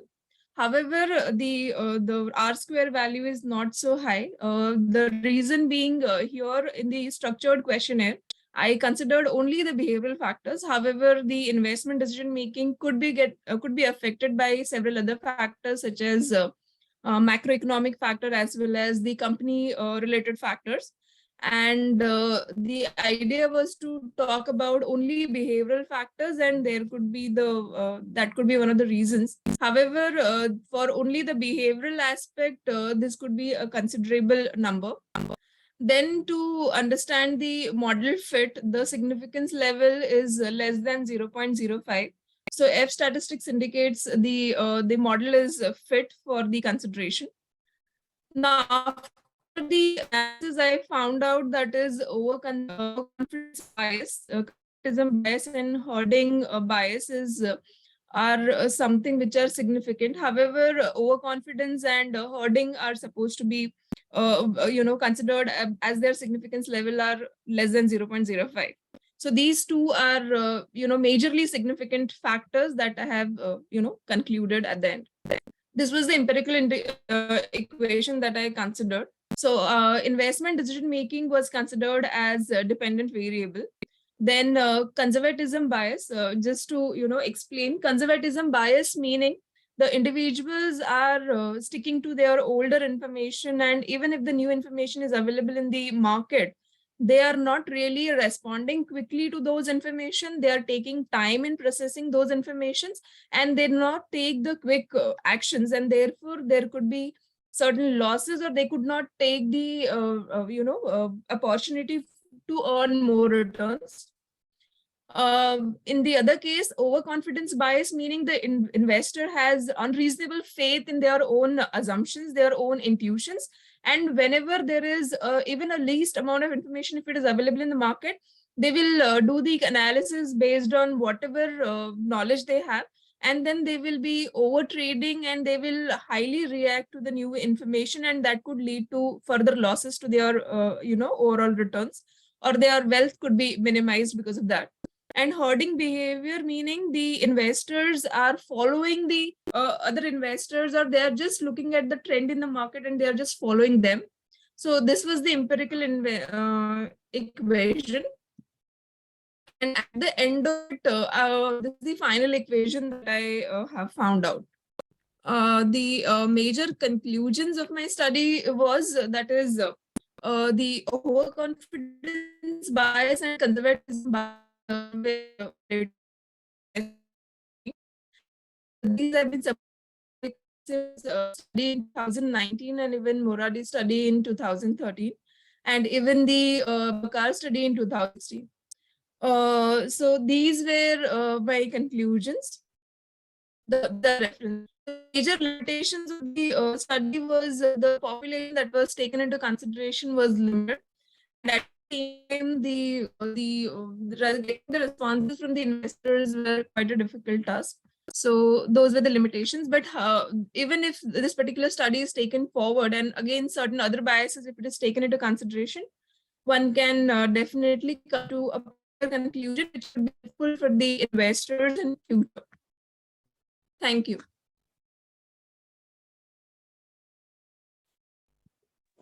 Thank you, ma'am. Over to you, ma'am, for the Q&A. Yes, it was a nice presentation. Good and good analysis done.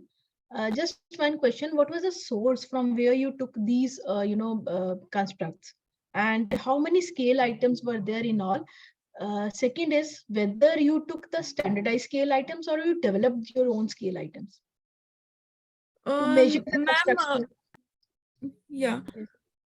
So, ma'am, I have taken into consideration the literature review, and from the literature, I have found out these biases. So, certain biases like overconfidence bias have been studied a lot of time. So, it was one of the important bias that I felt, is an important factor. And when I was trying to develop a scale, so I did not use anybody else's scale, but I tried to develop my own. So different questions which were based on certain scenarios wherein we could, come to a particular conclusion that the either the investor is exhibiting these kind of a bias or so, those kind of questions were framed. That is great. You try to So develop based your on own. that, Agreed. You try to yes, develop ma'am. your own scale, right? So it's not a Yeah. standardized. So where is the EFA results? Can I see the exploratory factor analysis results? And because you need to check the sampling adequacy also. And second is, yes. How you check the reliability and validity of your question? Was that test taken up earlier before Yeah, coming to ma'am, the I had regression? done EFA. I will have to just search my. It's Just okay, give me. Hannah, because that is very important. Because whenever you are developing your own scale, EFAs must KMO. Always take the sampling adequacy, and Yes, why not? I had As you done know, my. yes, it's Yeah. okay. Again, yes, it's okay. But then again, the suggestion here would be, after EFA, go for confirmatory factor analysis and structure Okay. equation modeling rather than going for the simple regression, right? Okay. Okay, ma'am. Because that will come out with a comprehensive model, will have more chances of publication as compared to simple regression. That is what I feel. Rest you can discuss with your supervisor, and please you can proceed. All the best. Yeah. Okay, ma'am. Thank you for your valuable feedback. Thank you so much. Yes, right. So I just want to add this thing, like when you do secondary research, right, then the econometric model would be like good to use, right? So that some modeling would emphasize on your research results. But when, in case of like primary data analysis, right? So if you reached to SEM, like if you use SEM, then it would be good for your study. Like that's what we feel. So yeah, so like Yeah, sure, you can go ma'am. for Thank you so CFA much and for the input. yeah. Yeah, thank you for your input. Thank you so much. Thank you, ma'am. So moving forward, I would like to call upon Mr. Virendra Anchan, Mr. Rahul Manmohan, Ms. Arshia Kaul, and Ms. Varnika Agarwal for their presentation on systematic literature review for supply chain 4.0. Yeah, hello. Good morning. Can you see my slide? Yes, sir. Okay. Good morning, everyone. My name is Virendra Anchan. I'm assistant professor from Anil Surendra Modi School of Commerce, NMIMS University, Mumbai. We are 4 authors, and I'm here to present my paper, Systematic Literature Review for Supply Chain 4.0. My colleagues are Dr. Manmohan Rahul, Dr. Varnika Agarwal, and Dr. Ashya Kaul. One of the most popular study fields right now is Industry 4.0, which has attracted the attention of both academics and business experts. Although many articles have been written on Industry 4.0, a few provide a comprehensive assessment of the research that adequately represents the ever-changing nature of the issue.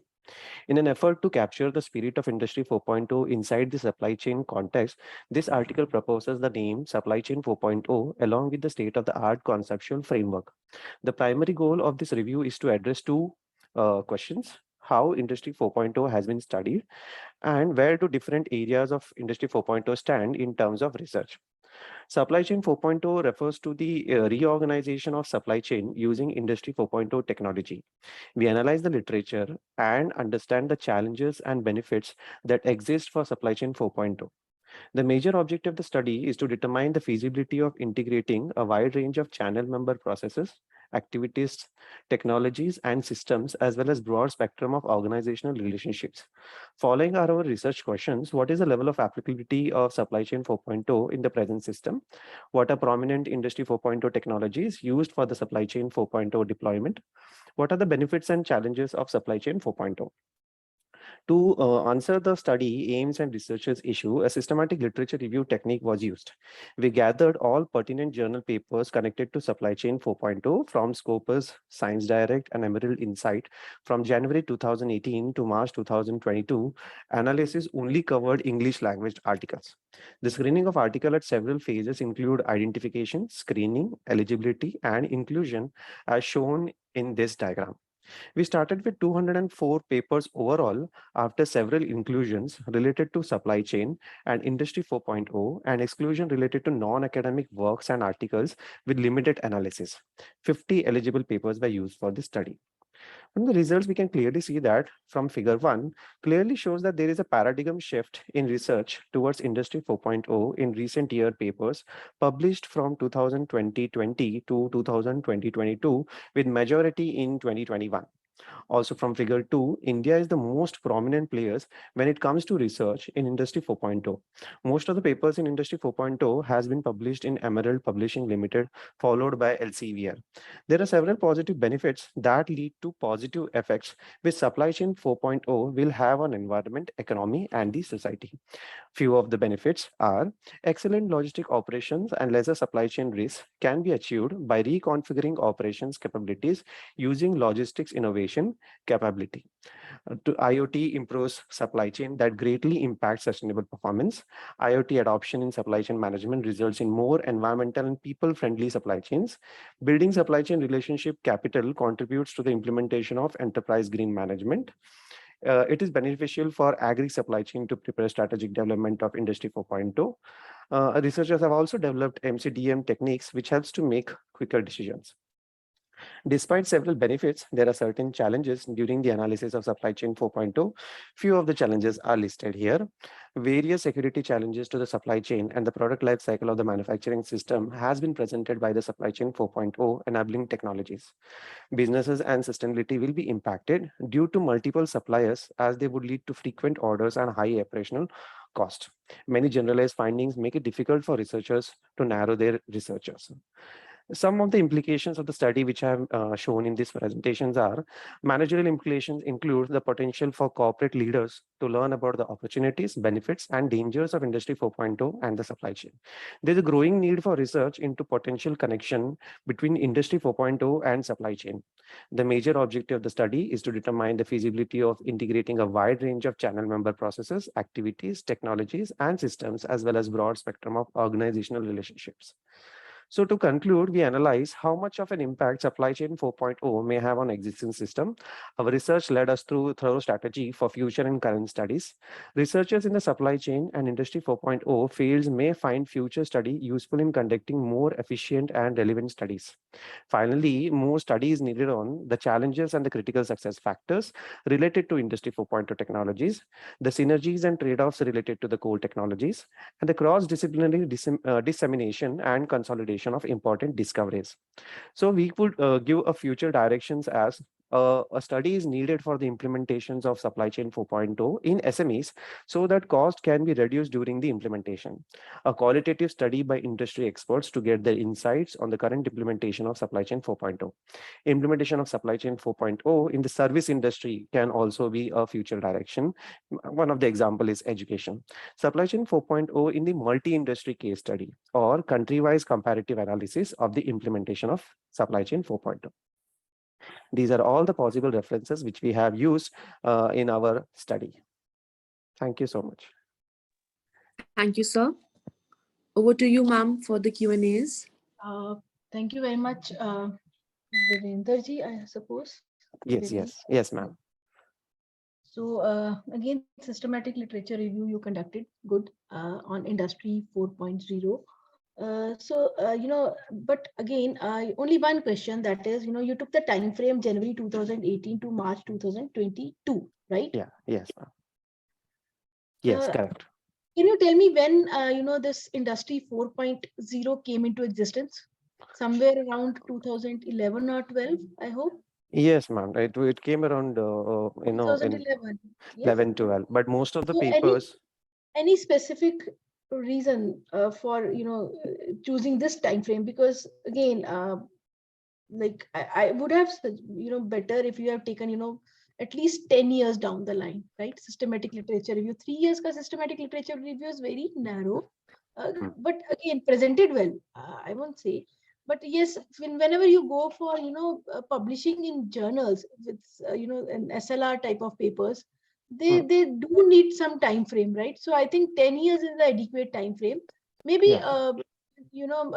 this is for your future only. You can take that time gap for industry 4.0. Correct, correct. What So I can suggest. just to answer your question, ma'am, because there is papers from 2011 12 which I have implemented in the paper also, but to present during the presentation and from the figure one, you can see that there was a lot of research happening during 2019, 2021, 2022. So Correct. most of there was a lot of research papers during this period from Jan 2018 to March 2020, and there were less papers from the 2011 2012 onwards. So we focused on giving more latest research around 2018 to 2022. That's why I have presented It's from okay, but this. whenever you go for the journal publication, they may raise this query, because they even 10 years don't take 5 years or 7 years time frame. 3 years ka time frame is very narrow. That is what I suggest or I feel. Otherwise, it was a nice presentation. Good, good. Thank you. Yeah, I totally agree with you, ma'am. Like larger the data set, better would be the results, right? Correct. Like in case of primary data, secondary data, in case of SLR, right? In case of bibliometric analysis. So like 5 to 10 years, like 5 to 8 years, 10 years, like is the standard size. What like?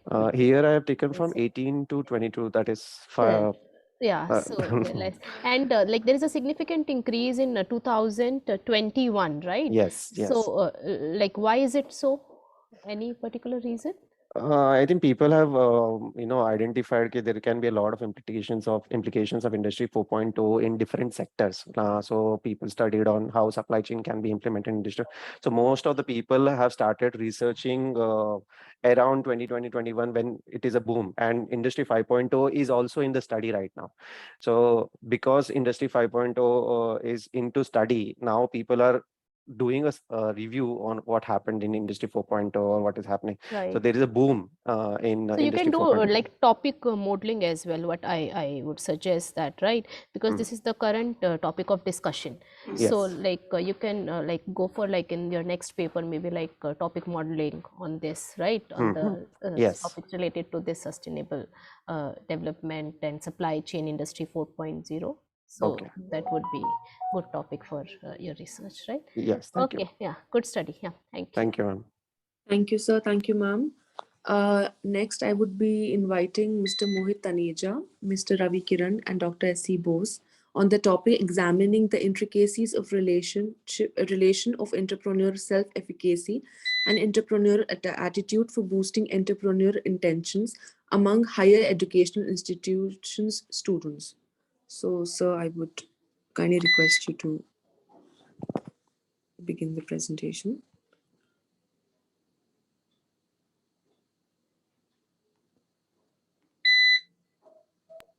Participants are there. Mr.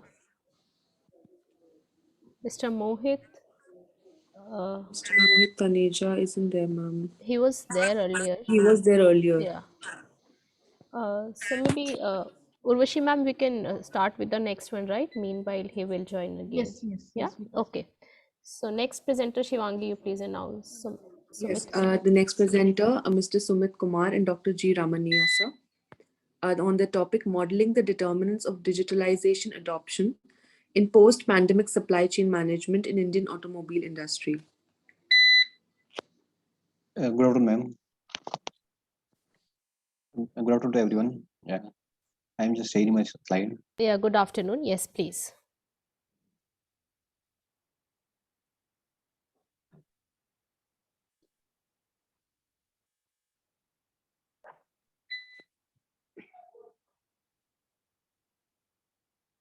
Ma'am, I hope you're able to see the slide. Yes, sir. Yes, yes, yes. Ma'am, is it in the slide mode?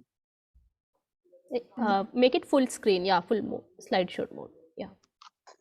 Yes, perfect. Thank you very much for giving this opportunity to me to present here on this platform. Myself, Sumit Kumar. I am a PhD scholar from MIT University. I am doing my research under Dr. G. Ramanaya. Right now, I am working in supply chain logistics with JCB Power. So this is the content of my presentation: abstract, introduction, literature review, problem definition, conceptual model, objective, methodology, hypothesis, result, and conclusion. Actually, time is very limited, so I will do it in a brief. In 2020, we have gone through the pandemic phase. During this phase, the supply chain suffered a lot in these 2 years. Initially, there was a shortage of supplies of raw material. Then there was a disruption phase, and there was a lack of capability of supply chain emerged. And thus, there the need and urgency for adoption of digitalization emerged. There is a one study in 2017 which talk about that digitalization and integration of information across inbound and outbound frontiers leads to the optimum and seamless decision making. This study actually has been conducted in the automobile industry in India. Uh, Actually, automobile industry contributes about 49% to the GDP and 49% of the Indian manufacturing GDP and 7.5% to total GDP. There are a few studies which reflect the supply chain issues and respective lack of integration and essence of digitalization and influencing factors for supply chain sustainability. So the purpose of this study is to identify the facilitators, which you can say the driving factors which ask for a company to go for the digitalization. We have done literature review. There are a few studies again which talks about the use of digitalization, which talk about the integration, which talk about the efficiency of supply chain related to the digitalization and the integration. There is one study in 2015 done by Garinico, which talks about the organization failure have enlisted supply chain as the core determinant of the corporate survival.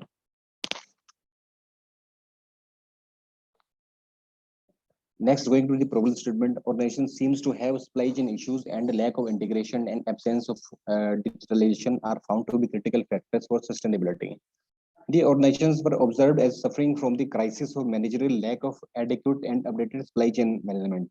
Because if digitalization not there, the managers cannot get the updated and real-time information to take a relevant logistic decisions.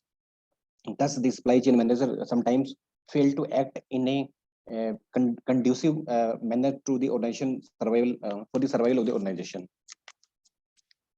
For my conceptual model, I have taken few facilitators from the different studies like market competitiveness, management expectation, top management support.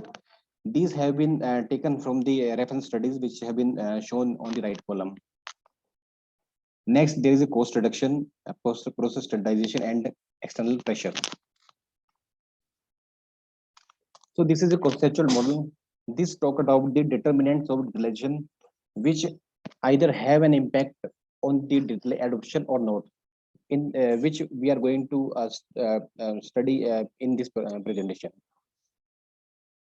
So these are the 5 determinants we have identified from the different literature reviews. So objective of the study to identify the determinants of digitalization adoption in post-pandemic phase and to identify the relationship between dependent and non-dependent variable. Also, the aim of the study is to provide considerable articulation of interest to the organization in post-pandemic phase to realize and achieve the business goals and objectives. The research methodology is exploratory and descriptive nature. We have done primary and secondary data. The study relies on the random sampling of 200 respondents in automobile industry in Delhi NCR region. The target audience were the managers who are employed in the different departments, and they are able to take the decisions in a supply chain. This is a Likert scale. We have done the KMO test, EFA, and other correlations. Now the hypothesis, we for these 5 facilitators, we actually have taken 3 hypotheses. First, talk about that is there a statistical significant impact uh, of these 5 facilitators on the adoption. It means we are going to see that if these 5 factors have a direct impact on the adoption or not. Second is that there is statistically significant interaction of these 5 facilitators with the adoption. It means we are going to check whether there is a strength, there is any strength between the variables or not. Third is there is statistically significant correlation across the 5 facilitators and adoption. It means we are going to check the relationship between all these factors. So a KMO test was conducted, which are found to be 0.8 to 5 in a satisfactory range. The Bartley test was conducted, which shows the p-value less than 0.05, so it is again satisfactory. AFA factor was done. Interestingly, in this factor, there were 5 components in which 4 after EFA loading, 4 were retained, but 1 factor was removed, which was you can see at the end external pressure. It was having a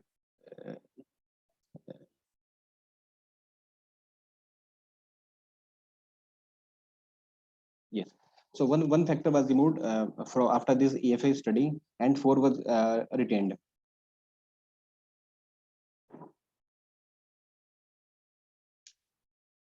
So if we are going by the hypothesis 1, we got the R value 0.4 and R square 0.16. So it means 16% of the variance is independent variable R on the account of independent variable.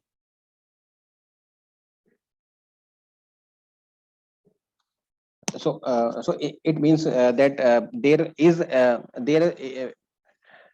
it means that R square is 0.16, 60% variable are due to independent variable. So there is a relationship between that. So independent variable are causing impact on the dependent variable. So for S2, in which we are trying to get the interaction between the variable, we got the significance value of 0.0. So again, it means there is a strength in between these variables. Next, going to the S3, we have taken the correlations. If you see here, there are 4 factors because 1 was removed. So 4 factors shows the values 0.225, 0.275, 0.286, and 0.242. So these factors, these all factors also have a relationship with each other. And interestingly, if you say see these 2 factors, management expectation and cost, these have the high values. It means these are the leading factors for an organization. They they advise them or ask them to go for the digitalization. So conclusion in this study is that the facilitators like market competitiveness, management expectations, cost reduction, process standards, they have been identified as the critical factor for adoption in an organization. External pressure seems to have insignificant relationship with the adoption. So we can say that internal factor have more impact rather than the external factor for an organization. In post-pandemic phase, cost and expectations found to be highly considerable for improving supply chain performance. In industry perspective, this study contributes toward analysis toward identification of driving factors toward adoption after post-pandemic phase, which would help in efficiency of supply chain and thus contributes in getting organization goals and objectives. This study also, contributes to the new Adobe 4.0 industry. Also, this study in future can also be conducted taking few more factors, because we also have conducted in this study in the NCR region. So this study could be conducted taking more areas or to cover more states. These are the references we have taken for this particular study. So thank you very much. Thank you, sir. I would now like to request Dr. Vani ma'am and Dr. Urvashi ma'am for their feedback. So it was a good study, Sumit. But only one question I want to ask: like, you came out with a conceptual framework. What were the underlying theories, which led to the development of a conceptual framework? Which theory did you consider? Ma'am, actually, there are a few studies which we have considered, but particularly there was one study which talks about the gaps, and we have considered the our nation are suffering right now, or they are suffering, whether they need to go for the adoption or not. So there was a one study which was conducted in the healthcare sector. For this particular study, we have taken the reference, and we also have taken the pre-validated scales from that study. So which theory did they use? Theoretical underpinning hota na? There is some theoretical underpinning. Which theory did you use? Can you tell me, please? Regarding theory, are you asking about the literature review we are using, or is there something else you're asking? It's not related. It's a literature review only. But yes, there are certain theories which are associated, which led to the development of a conceptual framework. Right? There are two types of framework. Like first is your theoretical framework, and another is the conceptual model. Right? Okay. So I'm just asking, did you take any theoretical framework for that, for building the conceptual model? Or it was simply just the literature support and then coming up with these? Ma'am, actually, I have gone through the different literature review and finding the gaps with that, and then we have gone for the conceptual model. Okay. Thank you. But yes, a suggestion again would be to take the theoretical underpinning. Whenever you are framing a conceptual model, theoretical base has to be there, right? Okay. Theory kaun si hai isme?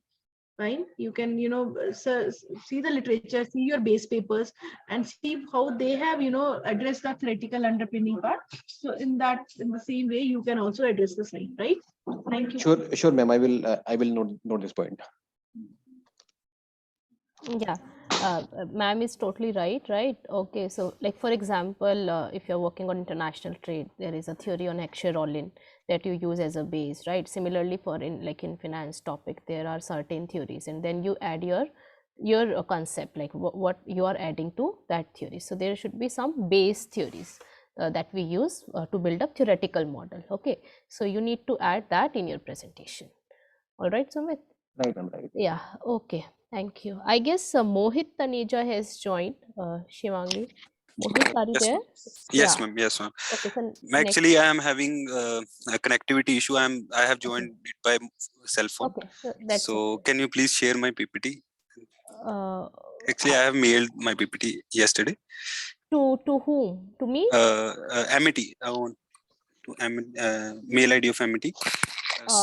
Because you re-mail it to me. I mean, I have not received your PPT for the session. So if you could email it to me. Wait a second, please. Ma'am, by the time Mohit emails, we can have the next presentation. Yeah, okay, Shivangi. Yes, ma'am. Moving forward with the next presentation, we have with us Ms. Supriti Agarwal, Ms. Rachita Uta, and Ms. Sushri Sangeeta Ray with their topic, Digital Health Infrastructure Can Be a Real Game Changer for Achieving SDG 3 or Will Be Another Strategic Intervention. So I request ma'am to kindly start with the presentation.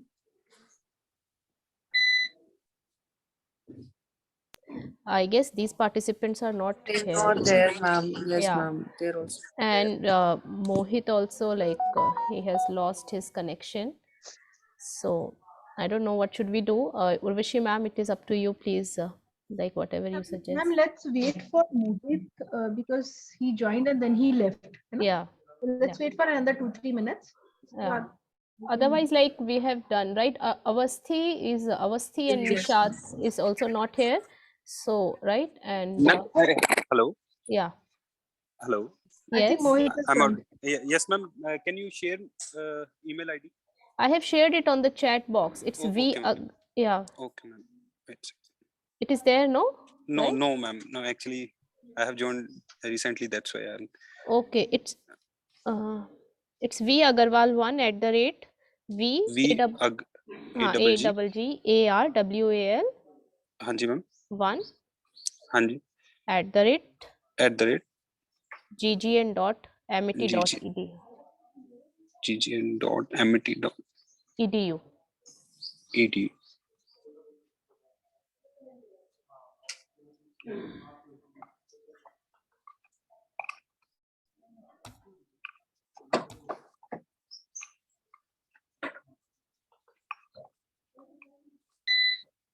I have mailed.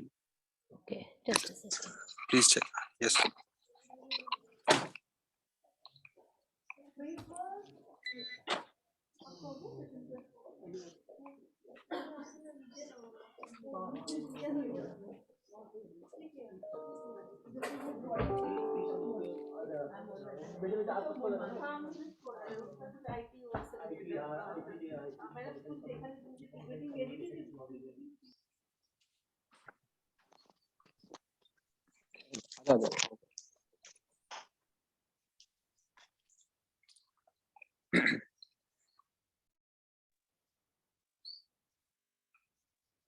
Yeah, I have received your presentation. Give me a second. I'm sharing the screen. Okay. Okay, ma'am.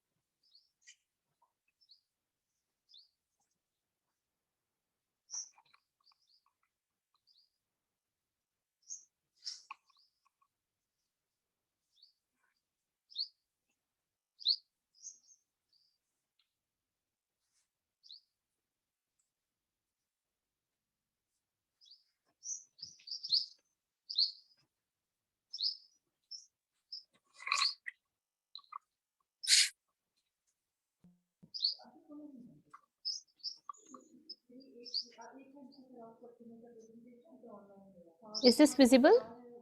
No, ma'am. It's loading, I think. It is visible on my screen. Yes, ma'am. Now it's visible. Okay.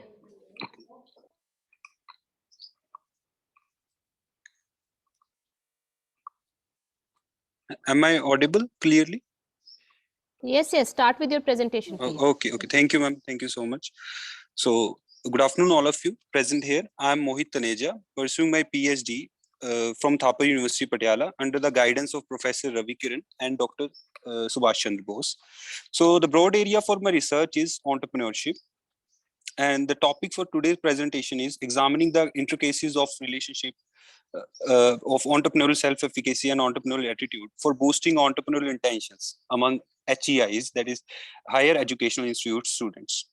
So first of all, we'll go bit into entrepreneurship, that how entrepreneurship plays a vital role in economy's success. We can take the example of two superpower, USA and China. As we know that USA is almost $22 trillion economy and China is $16 trillion economy.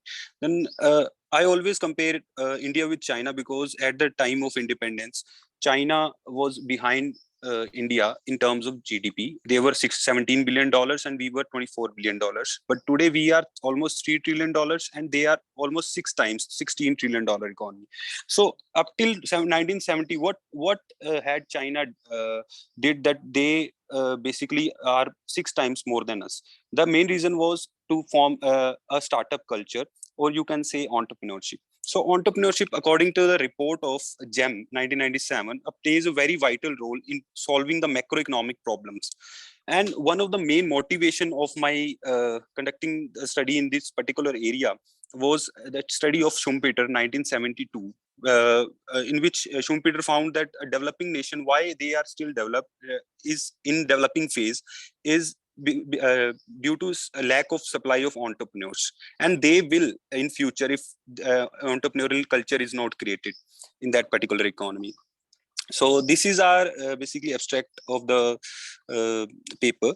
So in which for measuring entrepreneurial self-efficacy, we use McGee scale of McGee, which is multi-dimensional construct. And for measuring entrepreneurial attitude and entrepreneurial intention, we have used Linan and Shen scale. So for conducting this study, as we all know that in area of in basically this research which is carried out in social science and humanities, they are basically exploratory in nature. So we use PLSM, that is partial least square, and a structural equation model to basically see to explore the constructs. Can you please go to next slide?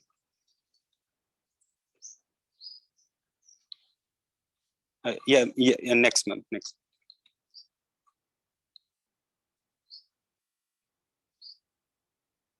So this is how I perceive the definition or meaning of entrepreneurship. That first step is discover, that is to find a problem and discover a new idea. Then going to developing a plan. In developing phase, we develop a plan in that particular framework. Then after, at the end, we deliver that plan with some basic amenities.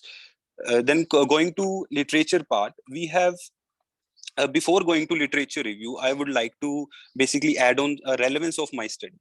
Why my study has been carried out, that our studies has been carried out, is one of the main reason is there are numerous studies which are basically common in West, but they are uncommon in a continent like South Asia and journal and India in particular. And there are numerous studies who have examined the relationship of entrepreneurial self-efficacy as a mediating, taking it as a mediating and moderating role. But in present study, we have used it as a direct variable or independent variable, you can say. Then coming to literature part, these are some relevant papers which we have chosen or which we have reviewed for our study. Almost these, you can say, these literature is basically dependent on entrepreneurial self-efficacy and intention, and the most of the studies, they found that there is a positive relationship. But as I mentioned before, these all studies have taken entrepreneurial self-efficacy as a mediating and moderating role. Can you, ma'am, please go to next slide? Then coming on to entrepreneurial attitude and entrepreneurial intentions, as the theory of Eisen 1991, we all know that how important entrepreneurial attitude is from that perspective. As in that particular theory of planned behavior, he used entrepreneurial attitude as a direct variable which affect the entrepreneurial intention. Then further, it affect the entrepreneurial behavior of the particular individual. So coming to research methodology part, we have for problem definition, that is research gaps which we have seen. Then first gap I have already mentioned, that the study has been the study has not been common in South Asia and India in particular. and then entrepreneurial self-efficacy has been taken as a mediator and moderator. But in today's study, we have used it as a direct variable. Moreover, we have also seen the direct impact of entrepreneurial attitude on entrepreneurial intention, taking Eisen theory as a base. So coming to our model, that is next slide. This is our I'm sorry, this is not conceptual model. This is a statistical model of the study. By mistaken, I have written conceptual model. So this is a conceptual cum statistical model, which shows that direct relationship of entrepreneurial self-efficacy with entrepreneurial intentions and direct relationship of entrepreneurial attitude with entrepreneurial intentions. We can see the beta value that is of entrepreneurial self-efficacy. It is 0.697, which is in an acceptable limit, and with 0.001 p-value, this shows there is a significant relationship of entrepreneurial self-efficacy with intention. Then coming to entrepreneurial attitude, as compared to entrepreneurial self-efficacy, the beta value of entrepreneurial attitude is less, but this also plays a very significant role to form the entrepreneurial intention of the individuals. Then coming to our next slide. These are path coefficient. I have already explained that beta value and our significant level.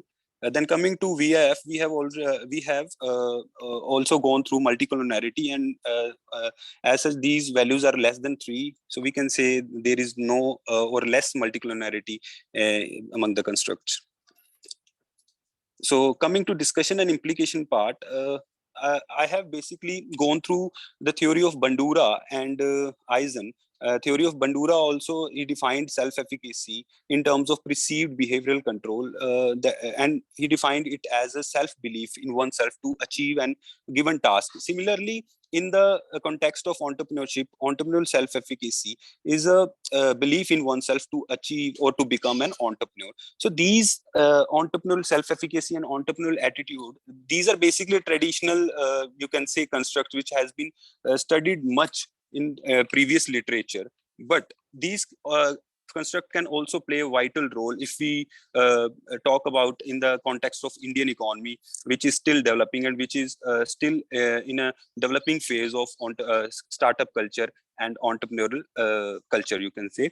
So at the end, I would like to conclude that there should be these studies can contribute to the policy making of the developing economy like India. Thank you. Thank you, sir. Over to you, ma'am, for the feedback. Yeah, great, Mohit. Nice Thank you, presentation. And again, I can see, it's a complete paper with all the results. Yes, ma'am. I was unable to locate the average variance extracted and composite reliability. How you check the reliability and validity of the model? That is what I want to ask, because I was unable to see. Maybe I was actually I have skipped, ma'am. Actually, I forgot to add that, but I can surely can tell you with my words. I can't show you right now. Basically, the composite reliability was also acceptable. Okay. You just go on the model. I can make out from there only. Okay, ma'am. Okay, ma'am, please. जो आपने गलती से conceptual model लिखा है, yes, ma'am. हाँ, ma'am वही मैं आपको बता रहा था.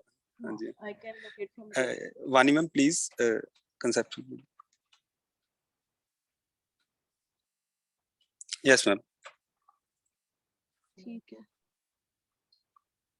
Yes, आपका second में थोड़ा सा ठीक है. It will be within range. But yes, ma'am. Yes. Very important part which you skipped. But anyways, it was yes, good. ma'am. Yes, ma'am. That was my big mistake. I know that. But it was almost above, ma'am, 0.69. One construct was above 0.69 because the items were less. That's why. Then all rest of the construct were more than 0.8.